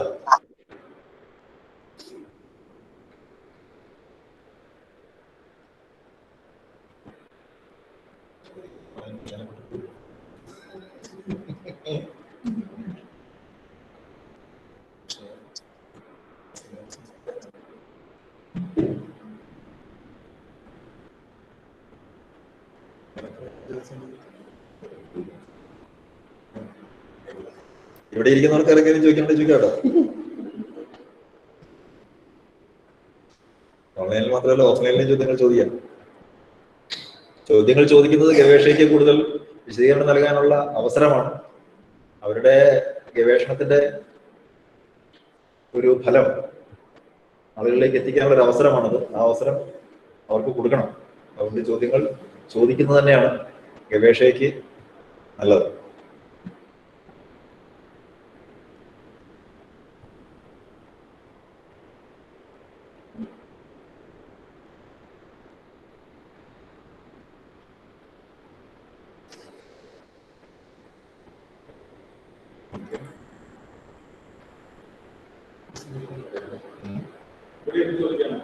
എന്നതാ ഇവിടെ ഇതിനകത്ത് കേൾക്കണം.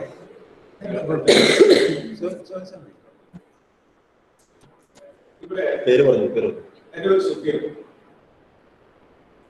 മലയാളത്തിൽ ആദ്യകാലം മുതലുണ്ടായിട്ടുള്ള വ്യാകരണ കൃതികളെ ഒരു പഠനത്തിന് വിധേയമാക്കി അവ വ്യത്യസ്തങ്ങളായ രീതി പദ്ധതികൾ അനുസരിച്ച് തയ്യാറാക്കിയ വ്യാകരണ കൃതികളാണ്. പദ്ധതി മാറുമ്പോൾ അനുപ്രയോഗം എന്നുള്ള കോൺസെപ്റ്റിൽ, സങ്കല്പത്തിൽ ഏത് തരത്തിലുള്ള മാറ്റമാണ് ഉണ്ടാകുന്നത്? അങ്ങനെ ഒരു മാറ്റം ഉണ്ടാകുന്നുണ്ടോ? നമ്മൾ ഇന്ന് ആ തരത്തിൽ എവിടെയാണ് എത്തി നിൽക്കുന്നത് എന്ന് പറയാമോ? ഇംഗ്ലീഷ് പോലുള്ള ഭാഷകൾ കാണുന്ന രീതിയിൽ തന്നെ മലയാളം കാണണം എന്നുള്ള ഒരു ചിന്ത ഒരുപക്ഷെ പുതിയ കാലത്തെ ചില വ്യാകരണ കൃതികളിലേക്ക് ഉണ്ടാകുന്നുണ്ട് എന്നതാണ് ഈ ഒരു സംശയത്തിന് കാരണം.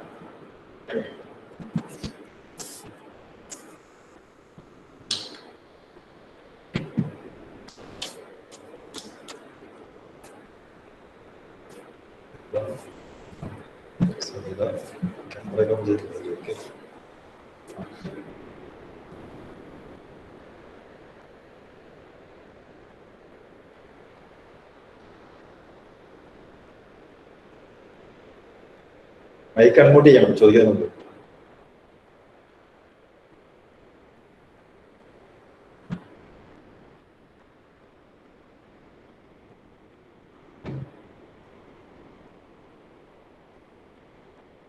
ചോദിക്കാൻ ആരും ചോദിക്കുന്നില്ല എന്നുള്ളതുകൊണ്ടൊന്ന് ഇടപെട്ടോട്ടെ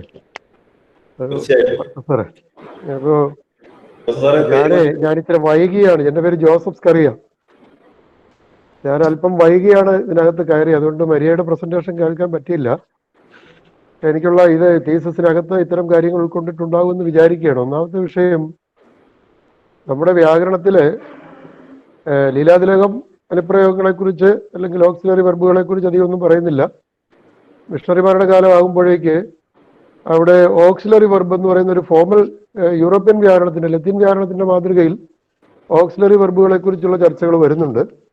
ഏതാണ്ട് ഗുണ്ടട്ട് വരെ അവിടെയാണ് നിൽക്കുന്നത്. പക്ഷെ അതിനുശേഷം കേരള പാണിനിയുടെ ആലോചനകളിലൂടെയാണ് ഇതൊരു വലിയൊരു വ്യാകരണ വിഷയം എന്ന നിലയിലും വ്യാകരണത്തിനപ്പുറമുള്ള ബന്ധങ്ങളെ വിശദീകരിക്കേണ്ട വിഷയം എന്നുള്ള നിലയിലുമൊക്കെ ഇത് ശ്രദ്ധയാകർഷിക്കുന്നത്. അപ്പൊ യഥാർത്ഥത്തിൽ ഇത്തരം ഒരു സ്ട്രക്ചറിൽ മാത്രമല്ല, ഇതിന്റെ ഫങ്ഷനെ സംബന്ധിച്ചുണ്ടാകുന്ന ഇത്തരം ഒരു ട്രാൻസിഷനെ സാമൂഹികമായി അടയാളപ്പെടുത്തേണ്ടതാണ് എന്ന് തോന്നാറുണ്ട്. അതിൻ്റെ ഒരു കാരണം, ഈ ഒരു ട്രാൻസിഷൻ ഇപ്പൊ ആദ്യകാലത്ത് ഭാഷയുടെ പ്രയോഗങ്ങളുടെ സ്വഭാവം ഇതിൻ്റെയൊക്കെ പരിമിതമായ സാഹചര്യത്തിൽ നിന്ന് ഭാഷ കുറെ കൂടി വിപുലമാകുന്നിടത്താണ് അനുപ്രയോഗങ്ങളുടെ ആവൃത്തി വർദ്ധിക്കുന്നത് എന്ന് തോന്നാറുണ്ട്. കാരണം ഇപ്പൊ പോക്ക് എന്ന് പറയുന്ന ഒരു പ്രാഗ്ധാതുവിൽ ഒരു ആയി ഇരുന്നു ഇങ്ങനെ ചേർത്ത് വരുമ്പോൾ അത് നമ്മളുടെ കോണ്ടെക്സ്റ്റുകൾക്ക് ക്രിയാരൂപങ്ങൾ പ്രാപ്തമല്ലാതെ വരുന്ന സാഹചര്യത്തിൽ ഉണ്ടാകുന്ന നിർമ്മിതികളായിട്ട് ഇതിനെ വിശദീകരിക്കണം. അങ്ങനെയാണെങ്കിൽ എൻ്റെ സംശയം ഇതാണ്, അങ്ങനെയാണെങ്കിൽ ഇത് വ്യാകരണത്തിൽ ഇതിന്റെ രീതിശാസ്ത്രം എന്താണ്? വ്യാകരണത്തിനപ്പുറമുള്ള പ്രയോഗ വിജ്ഞാനം പോലെ, ശൈലീ പഠനം പോലെ, വ്യവഹാര പഠനം പോലെയുള്ള മേഖലകളിൽ ഇതിനെ നമ്മൾ എങ്ങനെ കാണണം? എന്നാൽ ഈ രണ്ടു നിലയിലും അംഗീകരിക്കപ്പെടേണ്ടതാണെന്ന് മിറായി അരിയലിനെ പോലുള്ള ആളുകൾ വിശദീകരിച്ചിട്ടുണ്ട്. പക്ഷെ അക്കാര്യത്തിൽ നമ്മുടെ ഗവേഷണ പ്രബന്ധം എന്ത് സമീപനമാണ് ഈ കാര്യത്തിൽ സ്വീകരിച്ചിരിക്കുന്നത്? വ്യാകരണം, പ്രയോഗ വിജ്ഞാനം അല്ലെങ്കിൽ വ്യവഹാര പഠനം, അതിനപ്പുറത്തേക്ക് ശൈലീ പഠനം പോലെയുള്ള മേഖലകളിൽ ഇതെങ്ങനെയാണ് സാധുവാകുന്നത് എന്ന് ഞാൻ തീസിസ് കേട്ടില്ല, മരിയയുടെ പ്രസന്റേഷൻ കേട്ടില്ല. മരിയ അതിനെ മറുപടി പറഞ്ഞിട്ടുണ്ടാവും അല്ലെങ്കിൽ അത് പ്രസന്റ് ചെയ്തിട്ടുണ്ടാവും എന്ന് ഞാൻ വിചാരിക്കുകയാണ്. അങ്ങനെ ഒരു സംശയം ഞാൻ ഒരു കൗതുകത്തോടെ അവതരിപ്പിക്കുന്നു.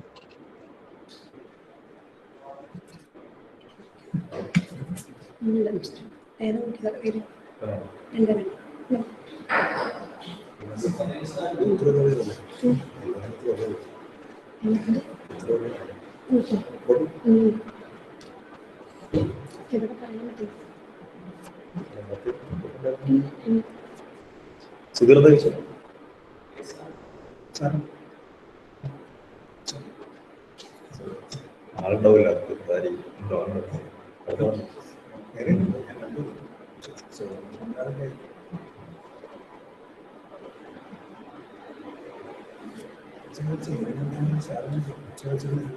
സംസാരിക്കാൻ ബുദ്ധിമുട്ടുണ്ടായിരിക്കും.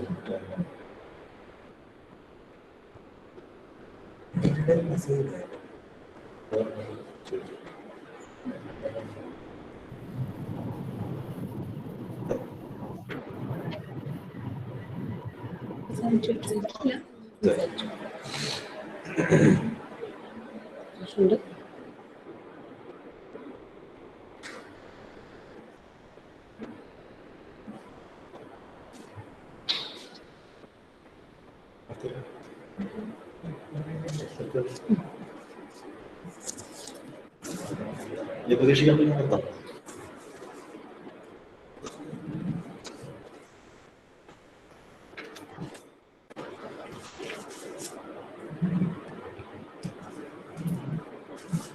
ഓപ്പൺ ഡിഫൻസിൽ പങ്കെടുത്തുകൊണ്ടിരിക്കുന്നവരുടെ ഇടപെടൽ ഇനി ഇല്ല എന്ന് വിചാരിച്ചുകൊണ്ട് ഇവിടെ ഉന്നയിക്കപ്പെട്ട കാര്യങ്ങൾക്ക് വിശദീകരണം നൽകുന്നതിനായി വലിയ പോളിനെ ക്ഷണിക്കും.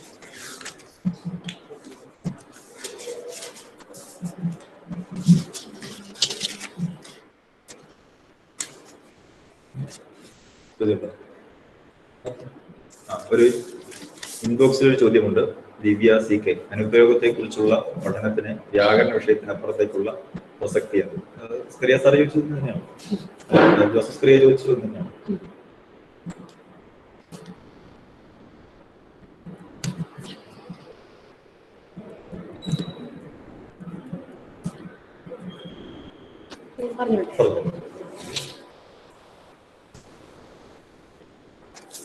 ഇവിടെ റിപ്പോർട്ടിൽ ഉന്നയിച്ചിട്ടുള്ള സംശയങ്ങൾക്കുള്ള മറുപടിയും ഒപ്പം പരിമിതികളായി ചൂണ്ടിക്കാണിച്ച ചില കാര്യങ്ങൾ പരിമിതികൾ അംഗീകരിക്കുന്നു. അതോടൊപ്പം ചില കാര്യത്തിലൊരു ചെറിയ രീതിയിലുള്ള ഒരു സാധൂകരണം എന്നുള്ള മട്ടിൽ ഉള്ള കാര്യങ്ങൾ പറയാനാണ് ശ്രമിക്കുന്നത്. ആദ്യത്തെ റിപ്പോർട്ടിൽ നിന്നുള്ള ചോദ്യം ചോദിച്ചത് അർത്ഥവിതരണത്തിന്റെ അടിസ്ഥാനത്തിൽ അനുപ്രയോഗങ്ങളെ വിവരിക്കുന്ന ഈ പ്രബന്ധത്തിൽ കാലാനുപ്രയോഗത്തെ അനുപ്രയോഗത്തിന്റെ ഭാഗമായിട്ടാണ് കണക്കാക്കുന്നത്. അത് ക്രിയയുടെ പക്ഷത്തെയല്ലേ കാണിക്കുന്നത് എന്നാണ് ചോദിച്ചത്. ഈ ചോദ്യത്തിന്റെ ആദ്യ ഭാഗം പറയുന്നത് അർത്ഥത്തിന്റെ അടിസ്ഥാനത്തിലാണ് അനുപ്രയോഗങ്ങളെ ഈ പ്രബന്ധം വർഗീകരിക്കുന്നത് എന്നാണ്. പക്ഷേ അങ്ങനെയല്ല എന്നാണ് ഇവിടെ പറയേണ്ടി വരുന്നത്. രൂപത്തെയും അർത്ഥത്തെയും ഒപ്പം പ്രകരണത്തെയും ഒരുമിച്ച് കണക്കിലെടുത്തുകൊണ്ട് മാത്രമാണ് അനുപ്രയോഗ പഠനം നടത്താൻ പറ്റുന്നത്, അങ്ങനെയാണ് നടത്തേണ്ടത് എന്ന് ആമുഖത്തിൽ തന്നെ 14ാമത്തെ പുറത്തിൽ കൃത്യമായി പറയുന്നുണ്ട്. മാത്രമല്ല 5ാമത്തെ അധ്യായത്തിന്റെ വിവരണത്തിൽ പല ഭാഗത്തും പ്രകരണത്തെ കുറിച്ചിട്ടുള്ള സൂചനകൾ കടന്നു വരുന്നുണ്ട്. അപ്പോൾ അതുകൊണ്ട് രൂപം, അർത്ഥം, ഒപ്പം ധർമ്മം, പ്രകരണം, ഈ 4 കാര്യങ്ങൾ മുന്നോട്ട് വെച്ചുകൊണ്ടാണ് പഠിക്കേണ്ടത് എന്നാണ് പ്രബന്ധത്തിൽ ഞാൻ പറയാൻ ശ്രമിച്ചിട്ടുള്ളത്. ഇതിന്റെ 2ാം ഭാഗത്തിന്റെ ചോദ്യവും അത് ക്രിയയുടെ പക്ഷത്തെയല്ലേ കാണിക്കുന്നതെന്നാണ്. പക്ഷം എന്ന് പറയുന്ന പദം ആസ്പെക്ട് എന്നുള്ള അർത്ഥത്തിലാണ് എന്ന് ഞാൻ മനസ്സിലാക്കുന്നു. പ്രസ്താരം എന്നുള്ള പദം ആണ് സാധാരണയായിട്ട് ഇപ്പോൾ ആസ്പെക്ട് എന്നുള്ളതിന് പകരമായിട്ട് ഉപയോഗിച്ചു വരുന്നത്. പക്ഷേ അല്ലാതെയും വാക്യവും ക്രിയയും മലയാളത്തിൽ എന്ന് പറയുന്ന പുസ്തകത്തിൽ VK ഹരിഹരൻ ഉണ്ണിത്താൻ, അതുപോലെ തന്നെ ഭാഷാശാസ്ത്ര നിഘണ്ടുവിൽ പ്രബോധനം സാറൊക്കെ ആസ്പെക്ട് എന്നുള്ളത് പക്ഷം എന്നുള്ള പദമാണ് ഉപയോഗിക്കുന്നത്. അപ്പോൾ പക്ഷം എന്ന് പറയുന്നത് ആസ്പെക്ട് എന്നുള്ള അർത്ഥത്തിലാണ് ചോദിച്ചതെന്ന് പറയുന്നു. കൃത്യമായിട്ടും കാലാനുപ്രയോഗത്തെ അനുപ്രയോഗത്തിന്റെ ഭാഗമായല്ല, ആസ്പെക്ട് എന്നുള്ള നിലയിൽ തന്നെയാണ് പക്ഷത്തിന്റെ ഭാഗമായിട്ട് കാലാനുപ്രയോഗം എന്ന് പറയുന്നത് കാലത്തെ ദ്യോതിപ്പിക്കുന്നതാണെങ്കിൽ അതിനെ ആസ്പെക്ട് എന്നുള്ള മട്ടിൽ തന്നെ കാണുകയാണ് നല്ലത് എന്നാണ് പ്രബന്ധത്തിന്റെ ഉപസംഹാരത്തിൽ പറഞ്ഞിട്ടുള്ളത്. 2ാമത്തെ ചോദ്യം, വ്യവഹാരങ്ങളിലെ അനുപ്രയോഗങ്ങളുടെ അപഗ്രഥനത്തിൽ പ്രകാരത്തെയും പഠിക്കുന്നുണ്ട്. ഇത് പ്രകാരം അനുപ്രയോഗമാണെന്ന വീക്ഷണത്തിന്റെ ഭാഗമായാണോ ചെയ്തത് എന്നുള്ളതാണ്. ഇതിന്റെ ഉത്തരം ഞാൻ ഇന്ന് പ്രസന്റേഷനിൽ ഒന്ന് പറഞ്ഞിരുന്നു. പ്രകാരം അനുപ്രയോഗമാണ് എന്നുള്ള വീക്ഷണത്തിലല്ല, മുൻധാരണയിലല്ല ഇങ്ങനെ പ്രകാരം ശേഖരിച്ചത്. പ്രകാരത്തെ കൂടി ഉൾപ്പെടുത്തിക്കൊണ്ട് മാത്രമേ ദത്തം ശേഖരിക്കാൻ സാധിക്കുമായിരുന്നുള്ളൂ എന്നുള്ളത് കൊണ്ടാണ്. കാരണം പുതിയ കാല പഠനങ്ങളിൽ അനുപ്രയോഗത്തിന്റെ വർഗീകരണത്തിൽ വിഭജനത്തിൽ ഒരു വിഭാഗമായിട്ട് കടന്നു വരുന്നത് കൊണ്ട് പ്രകാരത്തെ നമുക്ക് കണക്കിലെടുക്കാതെ സാധിക്കില്ല. രാജശേഖരൻ നായർ ഓക്സിലറിനെ കുറിച്ച് ഉണ്ടായിട്ടുള്ള ഒരു ഗവേഷണ പ്രബന്ധത്തിൽ അദ്ദേഹം വർഗീകരിക്കുന്നത് തന്നെ മോഡൽ വെർബ്, ആസ്പെക്ച്വൽ വെർബ് എന്നാണ് 2ആയിട്ട് വർഗീകരിക്കുന്നത് തന്നെ. അപ്പോൾ അത്തരത്തിൽ വരുന്നത് കൊണ്ട് ഈ പ്രയോഗ വൈവിധ്യത്തെ അടയാളപ്പെടുത്തണമെങ്കിൽ അതിനെ അങ്ങനെ അനുപ്രയോഗമായിട്ട് കണക്കിലെടുക്കാമോ എന്നൊക്കെ ചിന്തിക്കണമെങ്കിൽ പ്രകാരത്തെ കൂടി സ്വീകരിക്കണം എന്നുള്ളത് കൊണ്ടാണ്, പ്രകാരത്തെ കൂടി ഉൾപ്പെടുത്തിക്കൊണ്ട് ദത്തം ശേഖരിക്കണം എന്നുള്ളത് കൊണ്ടാണ് അങ്ങനെ ശേഖരിച്ചത്. അതിന്റെ 2ാമത്തെ ഭാഗം അങ്ങനെയാണെങ്കിൽ പ്രകാരത്തെ പ്രത്യേക വ്യാകരണമായി പരിഗണിക്കണമെന്ന് ദത്താപഗ്രഥനത്തിൽ പറയുന്നതിന്റെ സാങ്കത്യം. അതുകൊണ്ടാണ് പഠനത്തിന്റെ അടിസ്ഥാനത്തിൽ അവസാനം വിശകലനത്തിൽ ഉരുത്തിരിഞ്ഞു വരുന്നത് സാമ്പ്രദായികമായി പറയുന്ന അനുപ്രയോഗത്തിന്റെ അല്ലെങ്കിൽ പുതിയ പഠനങ്ങളിൽ സങ്കല്പന പരിണാമത്തെ അടയാളപ്പെടുത്തുമ്പോൾ നമുക്ക് പ്രകാരത്തെ പ്രത്യേകം ഒരു വിഭാഗമായി പരിഗണിക്കേണ്ടത് തന്നെയാണ് എന്നാണ് വിശകലനത്തിൽ ഉരുത്തിരിഞ്ഞു വരുന്നത്. 3ാമത്തെ ചോദ്യം, അനുപ്രയോഗം രചനാന്തരണം കൊണ്ടുണ്ടാകുന്നവയല്ല, മറിച്ച് മുറ്റുവിന, വിനയച്ചം എന്നിവ വാക്യരചനാന്തരണം വഴി ഉണ്ടാകുന്നവയാണ് എന്നുള്ള ഒരു പ്രസ്താവനയായിരുന്നു. അത് വിശദീകരിക്കാമോ എന്നുള്ളതാണ്. ഇവിടെ ആ പ്രസ്താവന വരുന്നത് കേരള ഭാഷാ വ്യാകരണത്തെ കുറിച്ച് ചർച്ച ചെയ്യുന്ന സന്ദർഭത്തിലാണ്. ഇവിടെ രണ്ട് വാക്യങ്ങളെ വിശദീകരിക്കുന്ന സന്ദർഭത്തിൽ EVN പറയുന്ന രണ്ട് വാക്യങ്ങൾ വിശദീകരിക്കുമ്പോൾ പറയുന്നു. ഒന്നാമത്തെ വാക്യം, ജനങ്ങൾ കൂക്കി വിളിച്ചപ്പോൾ മന്ത്രി എഴുന്നേറ്റ് പോയി. രണ്ടാമത്തേത്, വെടിയൊച്ച കേട്ട് മന്ത്രി എഴുന്നേറ്റ് പോയി. രൂപപരമായി നോക്കുമ്പോൾ മന്ത്രി എഴുന്നേറ്റ് പോയി എന്നുള്ളതാണ്. എങ്ങനെയാണ് ആ ഒരു രൂപപരമായി അങ്ങനെ നിൽക്കുന്ന ആ ഒരു വാക്യത്തെ വിശദീകരിക്കാൻ പറ്റുന്നത് എന്ന് പറയുന്ന സന്ദർഭത്തിൽ EVN വിശദീകരിക്കുന്നുണ്ട്. ആദ്യ വാചകത്തിൽ ജനങ്ങൾ കൂക്കി വിളിച്ചപ്പോൾ മന്ത്രി എഴുന്നേറ്റ് പോയി എന്നുള്ള വാക്യത്തിൽ എഴുന്നേറ്റു എന്നുള്ളതിന്റെ അപ്രതീക്ഷിതത്വം കാണിക്കുന്നതിന് വേണ്ടിയിട്ടാണ് അവിടെ പോയി എന്നുള്ള പ്രയോഗം ഉപയോഗിച്ചിരിക്കുന്നത്. അതവിടെ അനുപ്രയോഗാർത്ഥത്തിലാണ് വരുന്നത്. രണ്ടാമത്തെ വാക്യത്തിൽ വെടിയൊച്ച കേട്ട മന്ത്രി എഴുന്നേറ്റ് പോയി എന്ന് പറയുമ്പോൾ അതിന് രണ്ട് ഘടകങ്ങളുണ്ട്. മന്ത്രി എഴുന്നേറ്റു, മന്ത്രി പോയി. ഈ രണ്ട് വാക്യങ്ങൾ ചേർന്ന് സമുച്ചയ രചനാന്തരണം കൊണ്ട് ഉണ്ടാക്കുന്ന വാക്യമാണ് അത്. അവിടെ മന്ത്രി എഴുന്നേറ്റ് പോയി എന്ന മുൻവിനയച്ചം ചേർന്ന വാചകം കാലപരമായി ക്രമീകരിച്ച് പറയുമ്പോഴാണ് എഴുന്നേറ്റു എന്നുള്ളത് മുൻവിനയച്ചമായിട്ട് മാറുന്നത്. ഇത്തരത്തിൽ മന്ത്രി എഴുന്നേറ്റു, അതിനുശേഷം മന്ത്രി പോയി എന്നുള്ള രണ്ട് വാക്യങ്ങളെ സമുച്ചയിച്ചുകൊണ്ട് മന്ത്രി എഴുന്നേറ്റ് പോയി എന്നുള്ള വാക്യത്തെ സംരചനയെ ഉണ്ടാക്കാവുന്നതാണ്. അങ്ങനെ വരുന്ന സാഹചര്യത്തിൽ ആദ്യ വാക്യത്തിന് എഴുന്നേറ്റു എന്നത് മുൻവിനയച്ചമായി രൂപാന്തരപ്പെടുന്നു. ആ വാക്യമാണ് മന്ത്രി എഴുന്നേറ്റ് പോയി എന്ന വാക്യത്തിലെ എഴുന്നേറ്റു എന്ന ക്രിയയുടെ വിനയച്ച രൂപത്തിന്റെ രൂപീകരണത്തിന് കാരണമാകുന്നത്. അങ്ങനെ നോക്കുമ്പോൾ വാക്യരചനാന്തരണം കൊണ്ടാണ് മന്ത്രി എഴുന്നേറ്റ് പോയി എന്ന വിനയച്ചം ചേർന്ന വാക്യം ഉണ്ടാകുന്നത്. എന്നാൽ ആദ്യത്തെ വാക്യത്തിൽ മന്ത്രി എഴുന്നേറ്റ് പോയി എന്ന് പറയുന്നിടത്ത് പോയി അല്ലെങ്കിൽ പോകുന്നു എന്ന് പറയുന്ന ഒരു ക്രിയാർത്ഥം അവിടെ വന്നിട്ടില്ല എന്നതുകൊണ്ടും അതിന്റെ ആന്തരരചനയിൽ ഈ പറയുന്ന ക്രിയ കാണാൻ സാധിക്കുന്നില്ല എന്നുള്ളത് കൊണ്ടുമാണ് അങ്ങനെ ഒരു പ്രസ്താവന ഉണ്ടായത്. പ്രസ്താവനയെ വിശദീകരിക്കാനായിരുന്നു പറഞ്ഞത്. നാലാമത്തേത്, വ്യവഹാരത്തെ സവിശേഷ ഭാഷാ പ്രയോഗ മണ്ഡലം എന്ന് വിശേഷിപ്പിക്കുന്നതിനുള്ള കാരണം എന്ത് എന്നുള്ളതാണ്. ഞാൻ പ്രബന്ധ സംഗ്രഹത്തിൽ സൂചിപ്പിച്ചതുപോലെ ഇതേ ചോദ്യം തന്നെ ജോസഫ് കറിയ സാറും ഉന്നയിച്ചിരുന്നു. പാശ്ചാത്യ വൈജ്ഞാനിക മണ്ഡലം കുറെ കൂടി വിപുലമായിട്ടുള്ള അർത്ഥത്തിലാണ് ഡിസ്കോസ് എന്ന് പറയുന്ന പദത്തെ സ്വീകരിക്കുന്നത്. പക്ഷെ മലയാളത്തിൽ അത്ര കണ്ട് പാശ്ചാത്യ നാടുകളിൽ പറയുന്ന തരത്തിലുള്ള വികസനം ഈ പദത്തെ ഉപയോഗിച്ചുകൊണ്ടുള്ള പഠനങ്ങൾ അത്ര കണ്ട് വികസിച്ചിട്ടില്ല. ഇവിടെ എടുത്തിരിക്കുന്നത് വ്യത്യസ്തങ്ങളായിട്ടുള്ള വ്യവഹാരങ്ങളെ അടയാളപ്പെടുത്തുന്നു എന്നുള്ള മട്ടിലാണ്. അങ്ങനെ കിട്ടുന്ന 13 വ്യവഹാരങ്ങളെ അതെയാണ് വ്യവഹാര മാതൃകകളായി എടുക്കുന്നത്. ഈ വ്യവഹാര മാതൃകകളെ നമുക്ക് ഒരേ ഗണത്തിലൊന്നും ഉൾപ്പെടുത്താനായിട്ട് സാധിക്കില്ല. എവിടെയാണ് വരുന്നത്, എന്തിനാണ് വരുന്നത് തുടങ്ങിയ പ്രകരണത്തിന്റെ അടിസ്ഥാനത്തിൽ മാത്രമേ നമുക്ക് അവയെ വിവരിക്കാനായിട്ട് സാധിക്കുകയുള്ളൂ. അപ്പോൾ ആ വ്യത്യാസങ്ങളെ അഭിമുഖീകരിക്കുന്നതിന് വേണ്ടിയിട്ടാണ് സവിശേഷ ഭാഷാ പ്രയോഗ മണ്ഡലം എന്നുള്ള പദം എടുത്തത്. അല്ലാതെ കേവലമായിട്ടുള്ള ഒരു പദം എന്നുള്ള മട്ടിലല്ല അതിനെടുത്തത്. ആ പ്രത്യേകമായ ചില സവിശേഷതകൾ ഉള്ള രൂപമാണ് എന്നുള്ളത് കൊണ്ടാണ് വ്യവഹാര മാതൃകകളെ എടുത്തത്. ആ വ്യവഹാര മാതൃകകളെ പ്രത്യേകമായി സൂചിപ്പിക്കുന്നത് കൊണ്ടാണ് സവിശേഷ ഭാഷാ പ്രയോഗ മണ്ഡലം എന്ന് പ്രബന്ധത്തിൽ ഉപയോഗിച്ചത്. ഇങ്ങനെ ഒന്നാമത്തെ റിപ്പോർട്ടിൽ ഇങ്ങനെ 4 ചോദ്യങ്ങളായിരുന്നു ഉണ്ടായിരുന്നത്. രണ്ടാമത്തെ റിപ്പോർട്ടിൽ 2-3 ചോദ്യങ്ങൾ ഉണ്ടായിരുന്നു. ഒന്നാമത്തെ ചോദ്യം 13 വ്യവഹാര രൂപങ്ങളെ എടുക്കുന്നു. ഈ വ്യവഹാര രൂപങ്ങളുടെ എണ്ണം ചുരുക്കുകയും അതിനെ കുറച്ചുകൂടി വിശദമായിട്ട് പഠിക്കുകയും ചെയ്യേണ്ടിയിരുന്നു എന്നുള്ളതാണ്.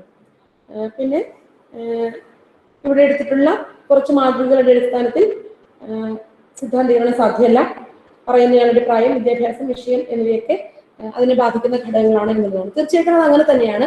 ആ അധ്യായത്തെ വിശദീകരിക്കുന്ന സന്ദർഭത്തിൽ വ്യവഹാര മാതൃകകളെ കുറിച്ച് പറയുന്ന സന്ദർഭത്തിൽ അത് അങ്ങനെ തന്നെ പറയുന്നുണ്ട്. ഇവിടെ ശ്രമിച്ചത് അത്തരത്തിലുള്ള വ്യത്യസ്തതകൾ എങ്ങനെ വരുന്നു എന്ന് അടയാളപ്പെടുത്താൻ, അത്തരത്തിലുള്ള വ്യത്യസ്തമായ വ്യവഹാര മാതൃകകളിൽ നിന്നും അത്തരം വ്യവഹാര രൂപങ്ങളെ കണ്ടെടുക്കാനുള്ള ശ്രമം ആണ് ഇവിടെ നടത്തിയത്.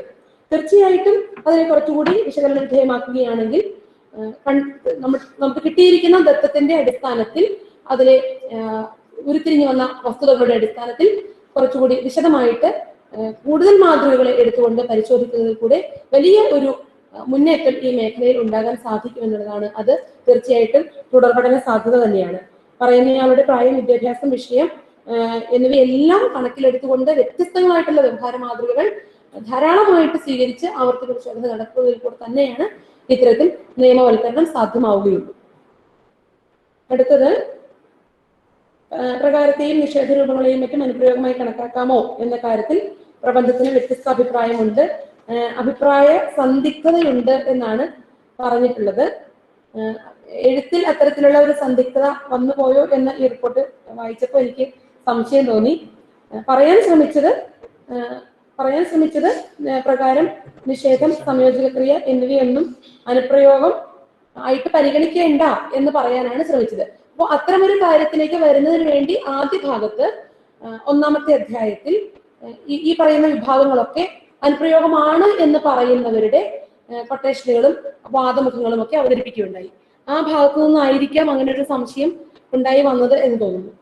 ചിലപ്പോൾ കുറച്ചുകൂടി വിശദീകരിക്കേണ്ടതായിരുന്നിരിക്കുന്നത്. അതാണ് രണ്ടാമത്തെ പരിശോധന റിപ്പോർട്ടിൽ എന്ന് പറഞ്ഞത്. മൂന്നാമത്തെ റിപ്പോർട്ടിൽ കുറച്ചധികം പരിമിതികൾ പറയുന്നുണ്ട്. ചിലതൊക്കെ പരിമിതികൾ തന്നെയാണ്, അത് അത്തരത്തിൽ തന്നെ അംഗീകരിക്കുന്നു. എനിക്ക് എന്റേതായിട്ടുള്ള ഒരു യുക്തി അവിടെ പറയുന്നു എന്ന് മാത്രമേ ഉള്ളൂ. ഒന്നാമത്തേത്, രീതിശാസ്ത്രത്തിന്റെ പ്രയോഗം കർക്കശമാക്കിയിട്ടില്ല എന്നുള്ളതാണ്. രീതിശാസ്ത്രത്തിലായവ നിഗമനങ്ങളെയും ബാധിച്ചിട്ടുണ്ട്.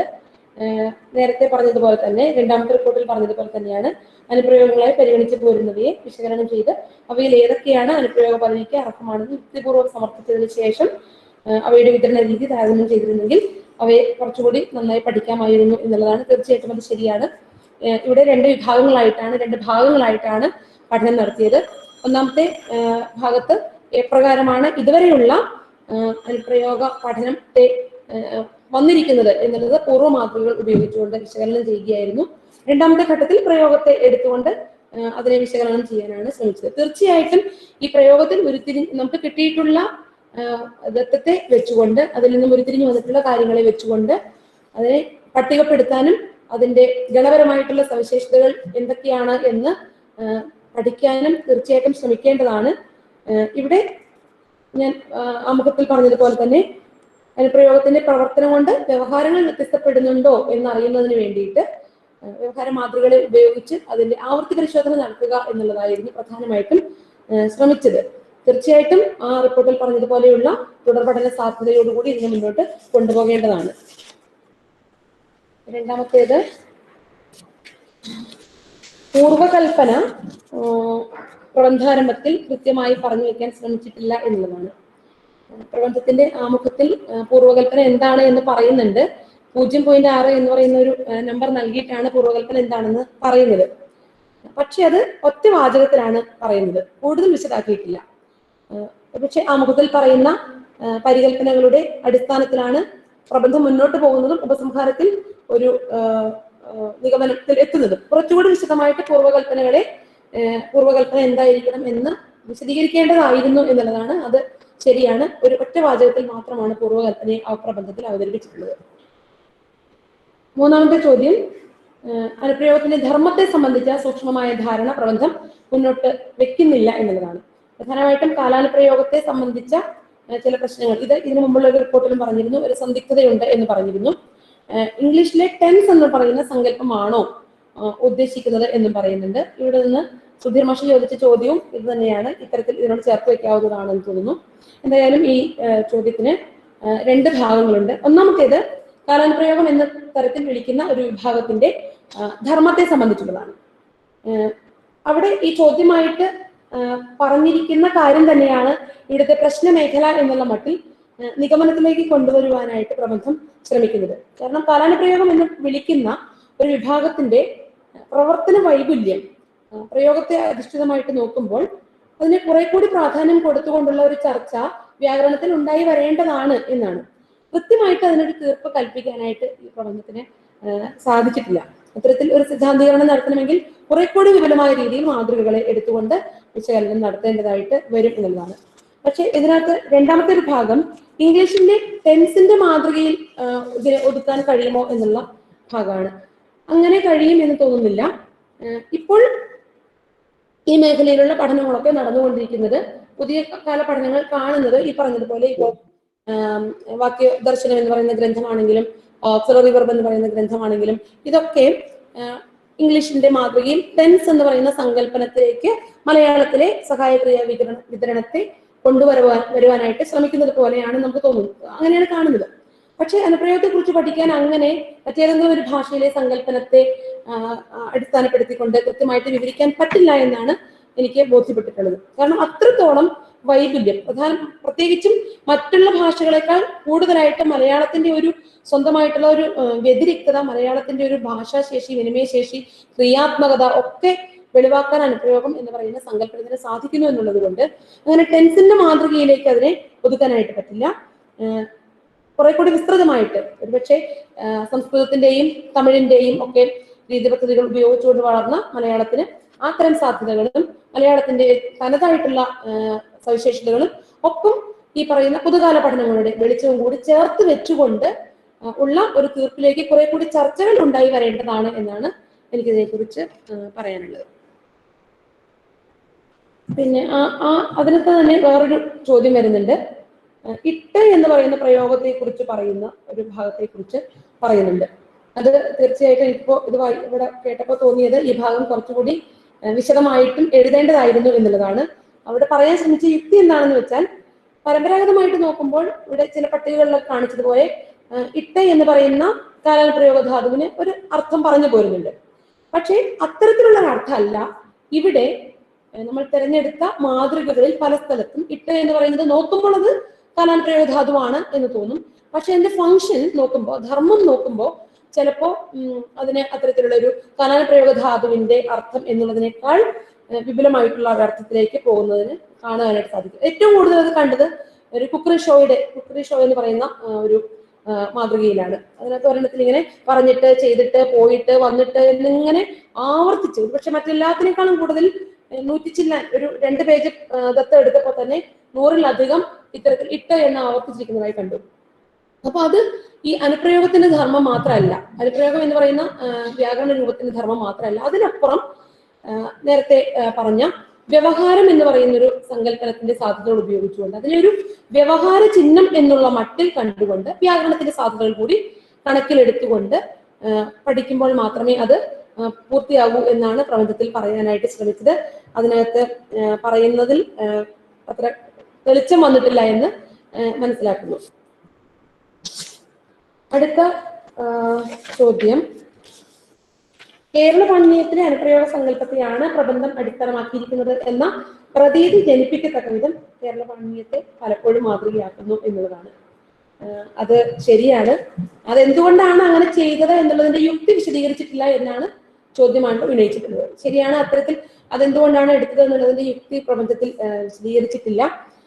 അനുപ്രയോഗം പ്രബന്ധത്തിന്റെ ആരംഭത്തിൽ ആമുഖത്തിൽ തന്നെ പറയുന്നുണ്ട്.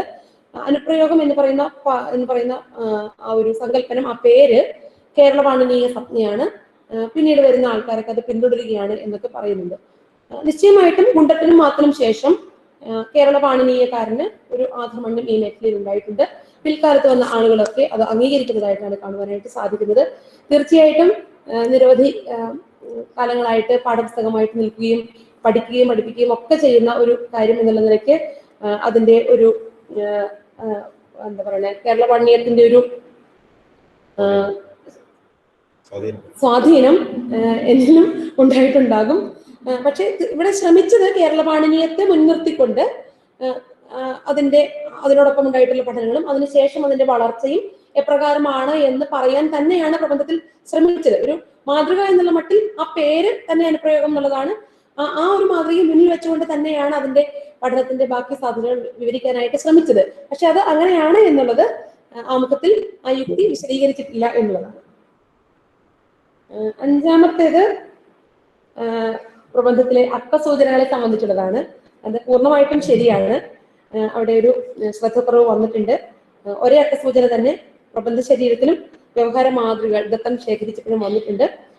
ഇതില് വ്യവഹാര മാതൃകകളെ സൂചിപ്പിക്കുന്ന ആ അക്കങ്ങൾ ഇറ്റാലിക്സിൽ കൊടുക്കണമെന്ന് വിചാരിച്ചതാണ്.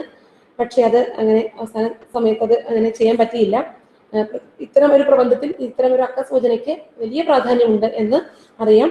അത് അത്തരത്തിൽ വിവരിക്കുന്നതിൽ പാളിച്ച വന്നു പോയിട്ടുണ്ട് എന്നുള്ളത് മനസ്സിലാക്കുന്നുണ്ട്. ആറാമത്തെ ചോദ്യം, വ്യവഹാരത്തെയും വ്യവഹാര മാതൃകകളെയും വിവരിക്കുകയും വർഗീകരിക്കുകയും ചെയ്യുന്നിടത്ത് സാധ്യമായ മാതൃകകളെ എല്ലാം പറയാതിരിക്കുകയും പരിഗണിക്കാതിരിക്കുകയും ചെയ്തതിന്റെ യുക്തി വിശദീകരിച്ചിട്ടില്ല എന്നുള്ളതാണ്. ശരിയാണ്, അത് അത്തരത്തിൽ ചെയ്യാൻ പറ്റിയിരുന്നെങ്കിൽ ഇവിടെ പറഞ്ഞു ഔപചാരികം അനൗപചാരികം വിചാരപ്രധാനം വികാരപ്രധാനം എന്നൊക്കെ ഒരു ടൈറ്റിൽ കൊടുത്ത് അതിനെ ഒന്നുകൂടി ചിട്ടപ്പെടുത്തിയിരുന്നെങ്കിൽ കുറച്ചുകൂടി നന്നായിരുന്നേനെ. അത്തരത്തിൽ ഇത് എങ്ങനെ ചെയ്യണം എന്നുള്ളത് ഒരു പൂർവ്വ മാതൃകയുടെ അഭാവം ഉണ്ടായിരുന്നു. അതെന്തുകൊണ്ട് ചെയ്തു എന്നുള്ളതിന്റെ യുക്തി പറഞ്ഞിട്ടില്ല എന്നാണ് പറഞ്ഞിട്ടുണ്ട്. ആ യുക്തി പറഞ്ഞിട്ടുണ്ട്, പക്ഷെ അത് നേരിട്ട് വിശദമാക്കി പറഞ്ഞിട്ടില്ല എന്നുള്ളതാണ്. 5-ാമത്തെ അധ്യായത്തിൽ അത് പറഞ്ഞു പോയിട്ടുണ്ട്, ആനുഷംഗികമായിട്ട് പറഞ്ഞു പോയിട്ടുണ്ട്.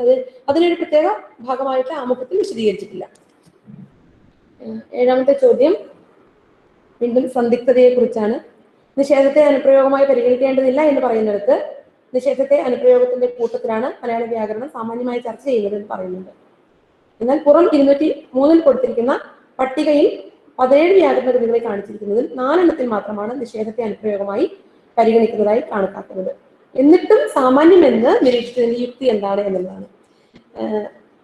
പേരിട്ട് വിളിക്കുന്നത് 4 കൃതികളിൽ 17 കൃതികളിൽ 4 മാത്രമാണ് പേരിട്ട് വിവരിക്കുന്നത്. പക്ഷേ നിഷേധം എങ്ങനെയാണ് ഉണ്ടാകുന്നത് എന്ന ചർച്ചയിൽ അനുപ്രയോഗിക്കുന്നതിൽ കൂടെയാണ് നിഷേധം ഉണ്ടാകുന്നത് എന്ന മട്ടിൽ മിക്കവാറും വ്യാകരണ കൃതികളൊക്കെ ചർച്ച ചെയ്യുന്നുണ്ട്. അതുകൊണ്ടാണ് അതിനെ സാമാന്യം എന്ന് നിരീക്ഷിച്ചത്. നേരത്തെ പറഞ്ഞതുപോലെ തന്നെ അതും കുറച്ചുകൂടി വിശദീകരണക്ഷമത ഉണ്ടാകേണ്ട ഒരു ഭാഗമായിരുന്നു എന്നുള്ളതാണ്. 8-ാമത്തെ ചോദ്യം, പൂർവ്വപഠിതാക്കളിൽ ചിലരുടെ പേരുകൾ ആവർത്തിക്കേണ്ടി വരുമ്പോൾ പല വിധത്തിൽ പരാമർശിച്ച് കാണുന്നു എന്നുള്ളതാണ്. അത് രീതിശാസ്ത്രപരമായിട്ടുള്ള തെറ്റ് തന്നെയാണ്. അവിടെ ശ്രമിച്ച ഒരു കാര്യം, പ്രസിദ്ധമായിട്ടുള്ളത് AR രാജരാജവർമ്മ എന്ന് പറയുമ്പോൾ അതിനെ AR എന്ന് പറയുകയും ജോർജ് മാത്തൻ എന്ന് പറയുകയും ശേഷഗിരി പ്രഭു എന്ന് പറയുമ്പോൾ പ്രഭു, അങ്ങനെ പ്രസിദ്ധമായിട്ടുള്ള പേര് എടുക്കാം എന്നുള്ളതാണ്. പക്ഷെ അത് ആമുഖത്തിൽ അത്തരത്തിൽ തന്നെ പറയേണ്ടതായിരുന്നു. അങ്ങനെ പറഞ്ഞിട്ടില്ല എന്നുള്ളത് രീതിശാസ്ത്രപരമായിട്ടുള്ള തെറ്റ് തന്നെയാണ്. 9-ാമത്തെ ചോദ്യം, ജോൺ കുന്നപ്പള്ളിയുടെ മൗലിക ചർച്ചയാണ് എന്ന് പറയുന്നു. വിശകലനത്തിലെടുക്കുന്ന ധാതുക്കളിൽ പലതും അനുപ്രയോഗത്തിനുള്ളതാണെന്ന് പറയുന്നു. എന്തുകൊണ്ടാണ് എന്നതാണ്. ഇവിടെ മൗലിക ചർച്ചയാണ് എന്ന് പറയാനുള്ള കാരണം വാമൊഴി രൂപങ്ങളെ, കൊളോക്കിൽ ലാംഗ്വേജിനെ ഇവിടെ വ്യാകരണത്തിൽ ചർച്ചക്കെടുക്കുന്നു എന്നുള്ളത് കൊണ്ടാണ് അത്തരത്തിൽ മൗലികത എന്നുള്ളൊരു വാക്ക് അവിടെ ഉപയോഗിച്ചത്. പക്ഷെ ബാക്കി വർഗീകരണത്തിലും നിർവചനത്തിലും എല്ലാം കേരള പാണിനീയത്തെ പിന്തുടരുന്നു എന്നുള്ളത് കൊണ്ടാണ് കേരള പാണിനീയത്തെ പിന്തുടരുന്നു എന്ന് പറഞ്ഞത്. 10-ാമത്തേത്, പൂർവ്വപഠനങ്ങളുടെ കൂട്ടത്തിൽ മലയാളം, ആഷറിന്റെ മലയാളം എന്തുകൊണ്ട് ഒഴിവാക്കി, ഗവേഷണ പ്രബന്ധം ഇംഗ്ലീഷിലുള്ളത് എടുത്തപ്പോൾ പിന്നെ അത് എന്തുകൊണ്ട് ഒഴിവാക്കി എന്നുള്ളതാണ്. പിന്നെ വേറെ ചില പഠനങ്ങൾ സ്വീകരിച്ചിട്ടുണ്ട്, ചിലത് ഒഴിവാക്കുന്നതിന്റെ കാരണങ്ങളും യുക്തികളും പറഞ്ഞിട്ടില്ല എന്നുള്ളത്. വ്യാകരണ ഗ്രന്ഥങ്ങളുടെ കൂട്ടത്തിൽ മലയാളത്തിൽ ഉണ്ടായിട്ടുള്ള വ്യാകരണ ഗ്രന്ഥങ്ങളെ മാത്രമാണ് പഠനത്തിന് എടുത്തിട്ടുള്ളത്. അനുപ്രയോഗ പഠനങ്ങൾ മലയാള പരിസരത്തിൽ കുറവാണ് എന്നുള്ളത് കൊണ്ട് തന്നെ അനുപ്രയോഗത്തെ കുറിച്ചുണ്ടായിട്ടുള്ള ഒരു ഗവേഷണ പ്രബന്ധം എന്നുള്ള നിലയ്ക്ക് ഇംഗ്ലീഷിലാണെങ്കിലും ഓക്സിലറി വെർബ് ഇൻ മലയാളം എന്ന് പറയുന്ന പ്രബന്ധം കണക്കിലെടുക്കാതെ കഴിയില്ലായിരുന്നു. പക്ഷേ വ്യാകരണ ഗ്രന്ഥങ്ങളെ എടുത്തപ്പോൾ മലയാളത്തിൽ ഉണ്ടായിട്ടുള്ള വ്യാകരണ ഗ്രന്ഥങ്ങളെ മാത്രമാണ് എടുത്തത്. പഠനങ്ങളിലേക്ക് വരുമ്പോൾ ധാരാളം പഠനങ്ങൾ, പ്രത്യേകിച്ചും കേരളത്തിന്റെ പുറത്ത് ഭാഷാശാസ്ത്ര വകുപ്പുകളിലൊക്കെ ധാരാളം ഈ ഓക്സിലറി വെർബിനെ സംബന്ധിച്ച ചർച്ചകളും പഠനങ്ങളും ഒക്കെ ഇംഗ്ലീഷിൽ ഉണ്ടായിട്ടുണ്ട്. ധാരാളം ചർച്ചകൾ ഉണ്ടായിട്ടുണ്ട്. അതിനെ ഒന്നിനെയും പഠനത്തിലേക്ക് കൊണ്ടുവന്നിട്ടില്ല.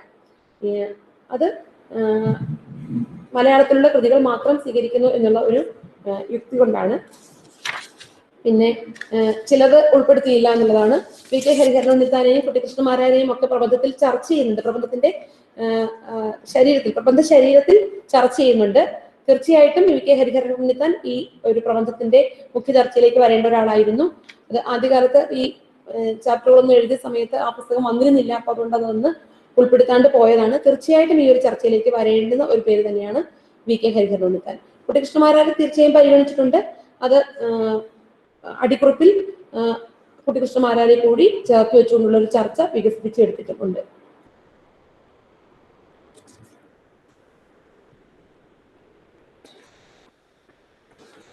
പിന്നെ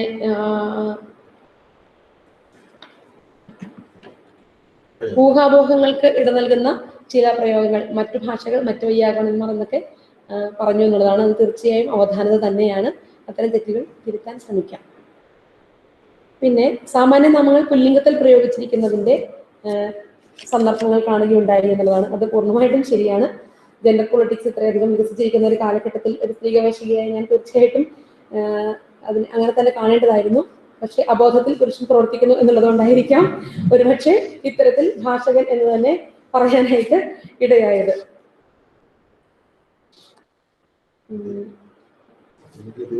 കഴിഞ്ഞു. പിന്നെ ഉള്ളത് രീതിശാസ്ത്രപരമായ തെറ്റുകളാണ്. ചിലതിന്റെ അടിയിൽ വരയിട്ടിട്ടില്ല, അവധാനതയുണ്ട് എന്നുള്ളതൊക്കെയാണ്. അതൊക്കെ പൂർണ്ണമായിട്ടും മനസ്സിലാക്കുന്നു. അത് പരിഹരിക്കാൻ സാധ്യമാകുന്ന സമയത്ത് പരിഹരിക്കാൻ ശ്രമിക്കാവും. പിന്നെ പദത്തിൽ നിന്ന് വന്ന ചോദ്യങ്ങളാണ്. ജഡ്ജിമിസ് ചോദിച്ച ചോദ്യം പരികൽപ്പന സാഹിത്യത്തിൽ നിന്ന് എന്തുകൊണ്ടാണ് ദത്തകളെ ഉപയോഗിക്കാത്തതുകൊണ്ടാണ്. അത് തീർച്ചയായിട്ടും പ്രബന്ധത്തിൽ വിശദീകരിച്ചിട്ടുള്ള ഒരു കാര്യം തന്നെയാണ്. ഇതിപ്പോ ഉണ്ടായിട്ടുള്ള, ഇതിനു മുമ്പ് അനുപ്രയോഗങ്ങളെ മുൻനിർത്തി ഉണ്ടായിട്ടുള്ള 2 ഗവേഷണ പ്രബന്ധങ്ങളും സാഹിത്യ രൂപങ്ങളിൽ നിന്നാണ് ദത്തമായിട്ട് പ്രയോഗങ്ങളെ സ്വീകരിച്ചിരിക്കുന്നത്. അപ്പോൾ അത്തരത്തിൽ വീണ്ടും അത് പൂർവ്വ പഠനത്തിലുള്ളത് വിശദമായിട്ട് ഉൾപ്പെടുത്തിയിട്ടുണ്ട്. അപ്പൊ പ്രയോഗ മാതൃകകൾക്ക് ഊന്നൽ നൽകണം എന്നുള്ളത് കൊണ്ടാണ് സാഹിത്യത്തെ ഇവിടെ വിശദമാക്കി എടുക്കാത്തത്. ഡോക്ടർ ബി ശ്രീകുമാറിന്റെ ഗവേഷണ പ്രബന്ധം വളരെ കൃത്യമായിട്ട് രാമചരിതം മുതലുള്ള സാഹിത്യ രൂപങ്ങളിൽ അനുപ്രയോഗങ്ങൾ എങ്ങനെ വരുന്നു എന്ന് അടയാളപ്പെടുത്തിയിട്ടുണ്ട്. അതുകൊണ്ടാണ് പിന്നീട് അത് എടുക്കാതിരുന്നത്. പിന്നെ സുധീർ മാഷ് ചോദ്യത്തിൽ ഞാൻ നേരത്തെ ചേർക്കാൻ പറഞ്ഞിരുന്നു. ജോസഫ് കറിയ സാറ് ചോദിച്ചത്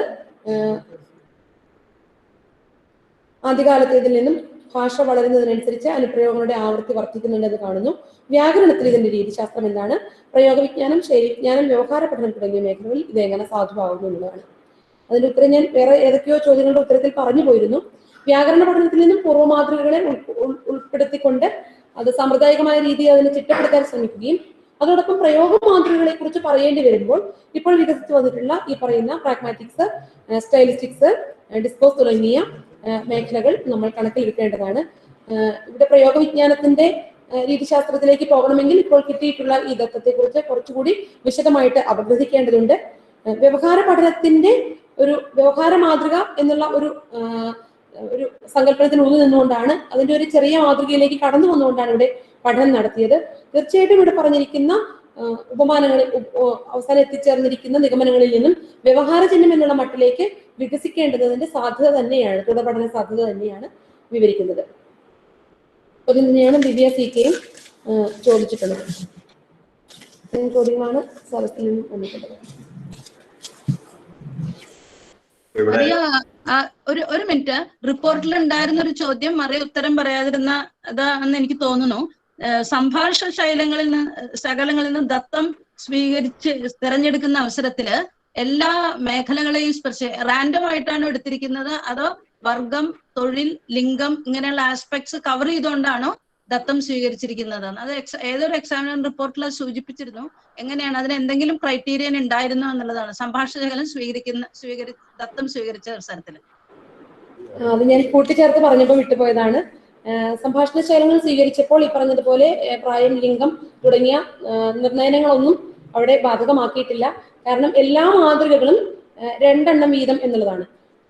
പ്രബന്ധത്തിന്റെ ഒരു വലുപ്പത്തെ സംബന്ധിക്കുന്ന കുറച്ച് പ്രശ്നം ഉണ്ടായിരുന്നത് കൊണ്ട് ഒരു ഏകദേശ ഒരു വ്യവഹാര മാതൃകകളിൽ എപ്രകാരമാണ് ഇത് കാണുന്നത് എന്ന് അതിന്റെ തോതും തരവും കണ്ടെത്തുന്നതിന് വേണ്ടിയിട്ടാണ് ഇത്തരത്തിലുള്ള നിർണയങ്ങളെ ഒന്നിനെയും ആധാരമാക്കാനായിട്ട് ഇവിടെ പറ്റിയിട്ടില്ല. റാൻഡം ആയിട്ടുള്ള സെലക്ഷനാണ് നടത്തിയിട്ടുള്ളത്.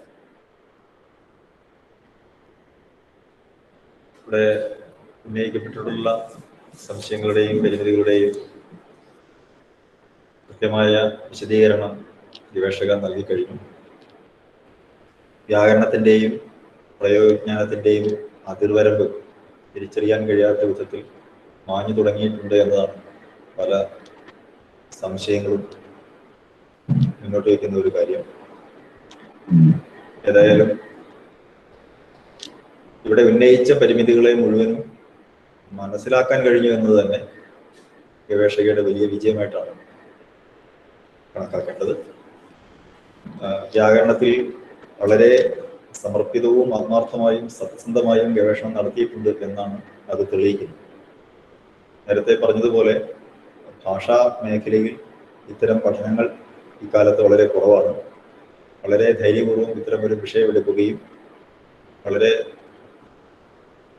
സമർപ്പിതമായി അത് മുന്നോട്ട് കൊണ്ടുപോകാൻ ശ്രമിക്കുകയും ചെയ്ത മരിയെ ഞാൻ ഒരിക്കൽ കൂടി അഭിനന്ദിക്കുകയാണ്.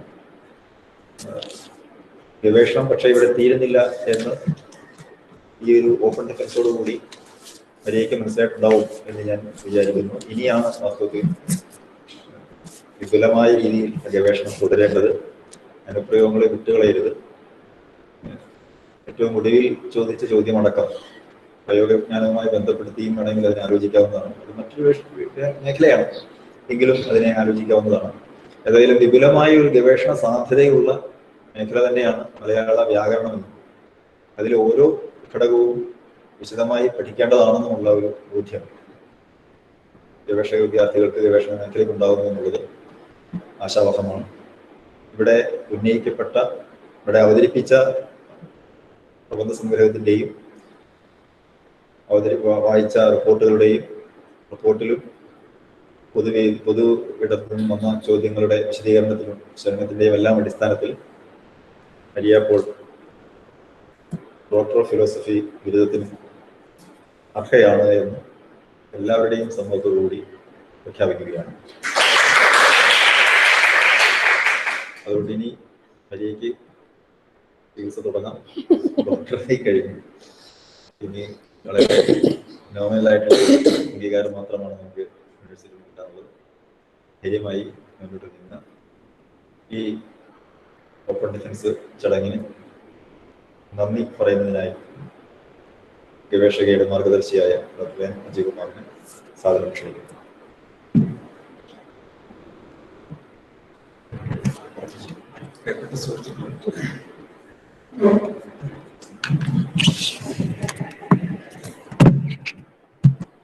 പ്രിയപ്പെട്ട സുഹൃത്തുക്കളെ, വളരെ സന്തോഷകരമായ ഒരു സന്ദർഭമാണ്.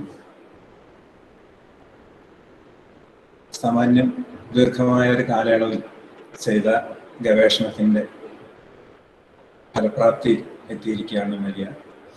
ഇവിടെ പറഞ്ഞതുപോലെ മലയാള വ്യാകരണത്തെ, ഭാഷാശാസ്ത്രത്തെയൊക്കെ മുൻനിർത്തിയുള്ള ഗവേഷണ പഠനങ്ങൾ താരതമ്യേന കുറഞ്ഞു വരികയാണ്. അപ്പോൾ ആ സന്ദർഭത്തിൽ എന്തായാലും സംസ്കൃത സർവകലാശാലയിൽ 3-4 നല്ല ഗവേഷണ പ്രബന്ധങ്ങൾ വ്യാകരണത്തെ മുൻനിർത്തി ഉണ്ടായി.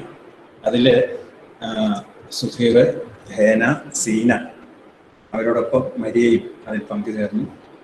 അതിൻ്റെ പരിസമാപ്തി നാം എത്തിയിരിക്കുന്നതിൻ്റെ ഒരു സന്തോഷമുണ്ട്. മരിയയെ സംബന്ധിച്ചിടത്തോളം പല തടസ്സങ്ങളും, പ്രളയം ഉൾപ്പെടെയുള്ള തടസ്സങ്ങൾ ഈ ഗവേഷണത്തെ തടസ്സപ്പെടുത്താൻ നോക്കിയെങ്കിലും അതിനെയൊക്കെ അതിജീവിച്ച് ഇത് പ്രബന്ധം പൂർത്തിയാക്കി എന്നുള്ളത് വളരെ സന്തോഷകരമായ ഒരു കാര്യമാണ്. ഈ ചടങ്ങിന് ഔപചാരികമായി കൃതജ്ഞത പറയുമ്പോൾ ആദ്യം ഓർമ്മിക്കുന്നത് സ്കറിയ സക്രിയ സാറിനാണ്. സാറ് ഈ ഓപ്പൺ ഡിഫൻസിൽ പങ്കെടുക്കുന്നുണ്ട്. ഹേനയുടെ ഗവേഷണ പ്രബന്ധത്തെ പറ്റി പറഞ്ഞതുപോലെ ഇതിൻ്റെ വിഷയം സ്വീകരിക്കുന്ന സന്ദർഭം മുതൽ വളരെ ക്രിയാത്മകമായ മാർഗനിർദ്ദേശം അദ്ദേഹം നൽകിയിട്ടുണ്ട്. അതിൻ്റെ ഗുണം ഈ ഗവേഷണ പ്രബന്ധത്തിന് കിട്ടിയിട്ടുണ്ട് എന്ന് അതൊന്ന് മറിച്ച് നോക്കുമ്പോൾ ആർക്കും മനസ്സിലാവും. അദ്ദേഹത്തിൻ്റെ മാർഗനിർദ്ദേശം മലയാള വിഭാഗത്തിൻ്റെ പൊതുവെയുള്ള പ്രവർത്തനങ്ങൾക്ക് എന്നതുപോലെ വ്യാകരണനിഷ്ഠമായ ഈ പഠനങ്ങൾക്ക് പ്രത്യേകിച്ച് പ്രചോദനം ആയി ഇപ്പോഴും വർത്തിക്കുകയാണ്. അതുപോലെ ഇവിടെ ഈ ഗവേഷണ പ്രബന്ധം മൂല്യനിർണ്ണയം ചെയ്ത 3 പേരെയും നന്ദിയോടുകൂടി സ്മരിക്കുന്നു. ഇവിടെ ഇന്ന് നമുക്ക് ഈ ചടങ്ങിൻ്റെ ചെയർമാനായി വന്നത് ഡോക്ടർ വി പി മാർക്കോസാണ്. ആദ്യം സ്വാഗതത്തിൽ ഇവിടെ പറഞ്ഞതുപോലെ തന്നെ മലയാളം വിഭാഗത്തിൻ്റെ അക്കാദമിക് പ്രവർത്തനങ്ങളിലെല്ലാം അദ്ദേഹം സജീവമായി പങ്കെടുക്കുകയും മാർഗനിർദ്ദേശങ്ങൾ നൽകുകയും ചെയ്യുന്നുണ്ട്. ഇവിടെ വളരെ വിശദമായി ഈ ഗവേഷണ പ്രബന്ധം പരിശോധിക്കുകയും തൻ്റെ സ്വന്തം നിരീക്ഷണങ്ങളും സംശയങ്ങളും അതുപോലെ മറ്റ് പരിശോധകരുടെ നിരീക്ഷണങ്ങളും ഇവിടെ അവതരിപ്പിക്കുകയും ചെയ്തു. അദ്ദേഹത്തെ ഈ സർവകലാശാല മലയാള വിഭാഗത്തിൻ്റെ പേര്, നിങ്ങൾ ഓരോരുത്തരുടെയും പേര് ഞാൻ ഹൃദയംഗമമായി അദ്ദേഹത്തോടുള്ള നന്ദി രേഖപ്പെടുത്തിക്കൊള്ളുന്നു. ഇനി ഇതിവിടെ ഓൺലൈൻ ആയിട്ടാണല്ലോ ഇത് തുടങ്ങി വെച്ചത്. മലയാള വിഭാഗത്തിൻ്റെ അധ്യക്ഷയായ പ്രൊഫസർ ബി.ലി.സി. മാത്യു ആണ്. വളരെ തിരക്കുകളുള്ളതുകൊണ്ട് ഇത് തുടങ്ങി വെച്ചിട്ട് ടീച്ചർ മറ്റാവശ്യങ്ങൾക്ക് വേണ്ടിയിട്ട് പോയതാണ്. ലിസി ടീച്ചറെ ഞാൻ നന്ദി അറിയിക്കുന്നു. ഇനി ഇവിടെ കൂടിയിരിക്കുന്ന എല്ലാവരോടുമാണ് എനിക്ക് നന്ദി പറയുവാനുള്ളത്. മരിയയോട് പ്രത്യേകിച്ച് നന്ദി പറയുന്നില്ല. കാരണം എന്താണെന്ന് വെച്ചാൽ പറയേണ്ട ആവശ്യമില്ല. വളരെ ഔപചാരികതയുടെ പേരിൽ മാത്രം ഇവിടെ കൂടിയിരിക്കുന്ന എല്ലാവരോടും, അതുപോലെ തന്നെ ഈ ഓൺലൈനായി ഇത് ശ്രദ്ധിക്കുകയും അഭിപ്രായങ്ങൾ പറയുകയും ചെയ്ത എല്ലാവരോടും നന്ദി അറിയിക്കുന്നു. മരിയയുടെ കുടുംബാംഗങ്ങൾ ഇവിടെ വന്നിട്ടുണ്ട്. ഈ ഗവേഷണം ഫലപ്രദമായി പൂർത്തിയാക്കുന്നത് അവരുടെ പിന്തുണ വളരെ വലുതാണെന്ന് ഞാൻ കരുതുന്നു. അവരെ എല്ലാവരെയും നന്ദിയോടെ സ്മരിക്കുന്നു. ഇവിടെ ഈ ഓൺലൈനായി ഇത് നടത്തുന്നതിന് വേണ്ട സാങ്കേതിക സഹായം IT വിഭാഗത്തിൻ്റെ പേരിലാണ്. അതിനായി ഇവിടെ വന്ന സുഹൃത്തിനെ പ്രത്യേകം നന്ദിയോടെ ഓർക്കുന്നു. എല്ലാവരോടും ഒരിക്കൽ കൂടി നന്ദി പറഞ്ഞുകൊണ്ട് നിർത്തുന്നു. ഓപ്പൺ ഡിഫൻസ് എന്ന നിരയുടെ ഓപ്പൺ ഡിഫൻസ് ഇവിടെ അവസാനിക്കുകയാണ്. എല്ലാവർക്കും നന്ദി.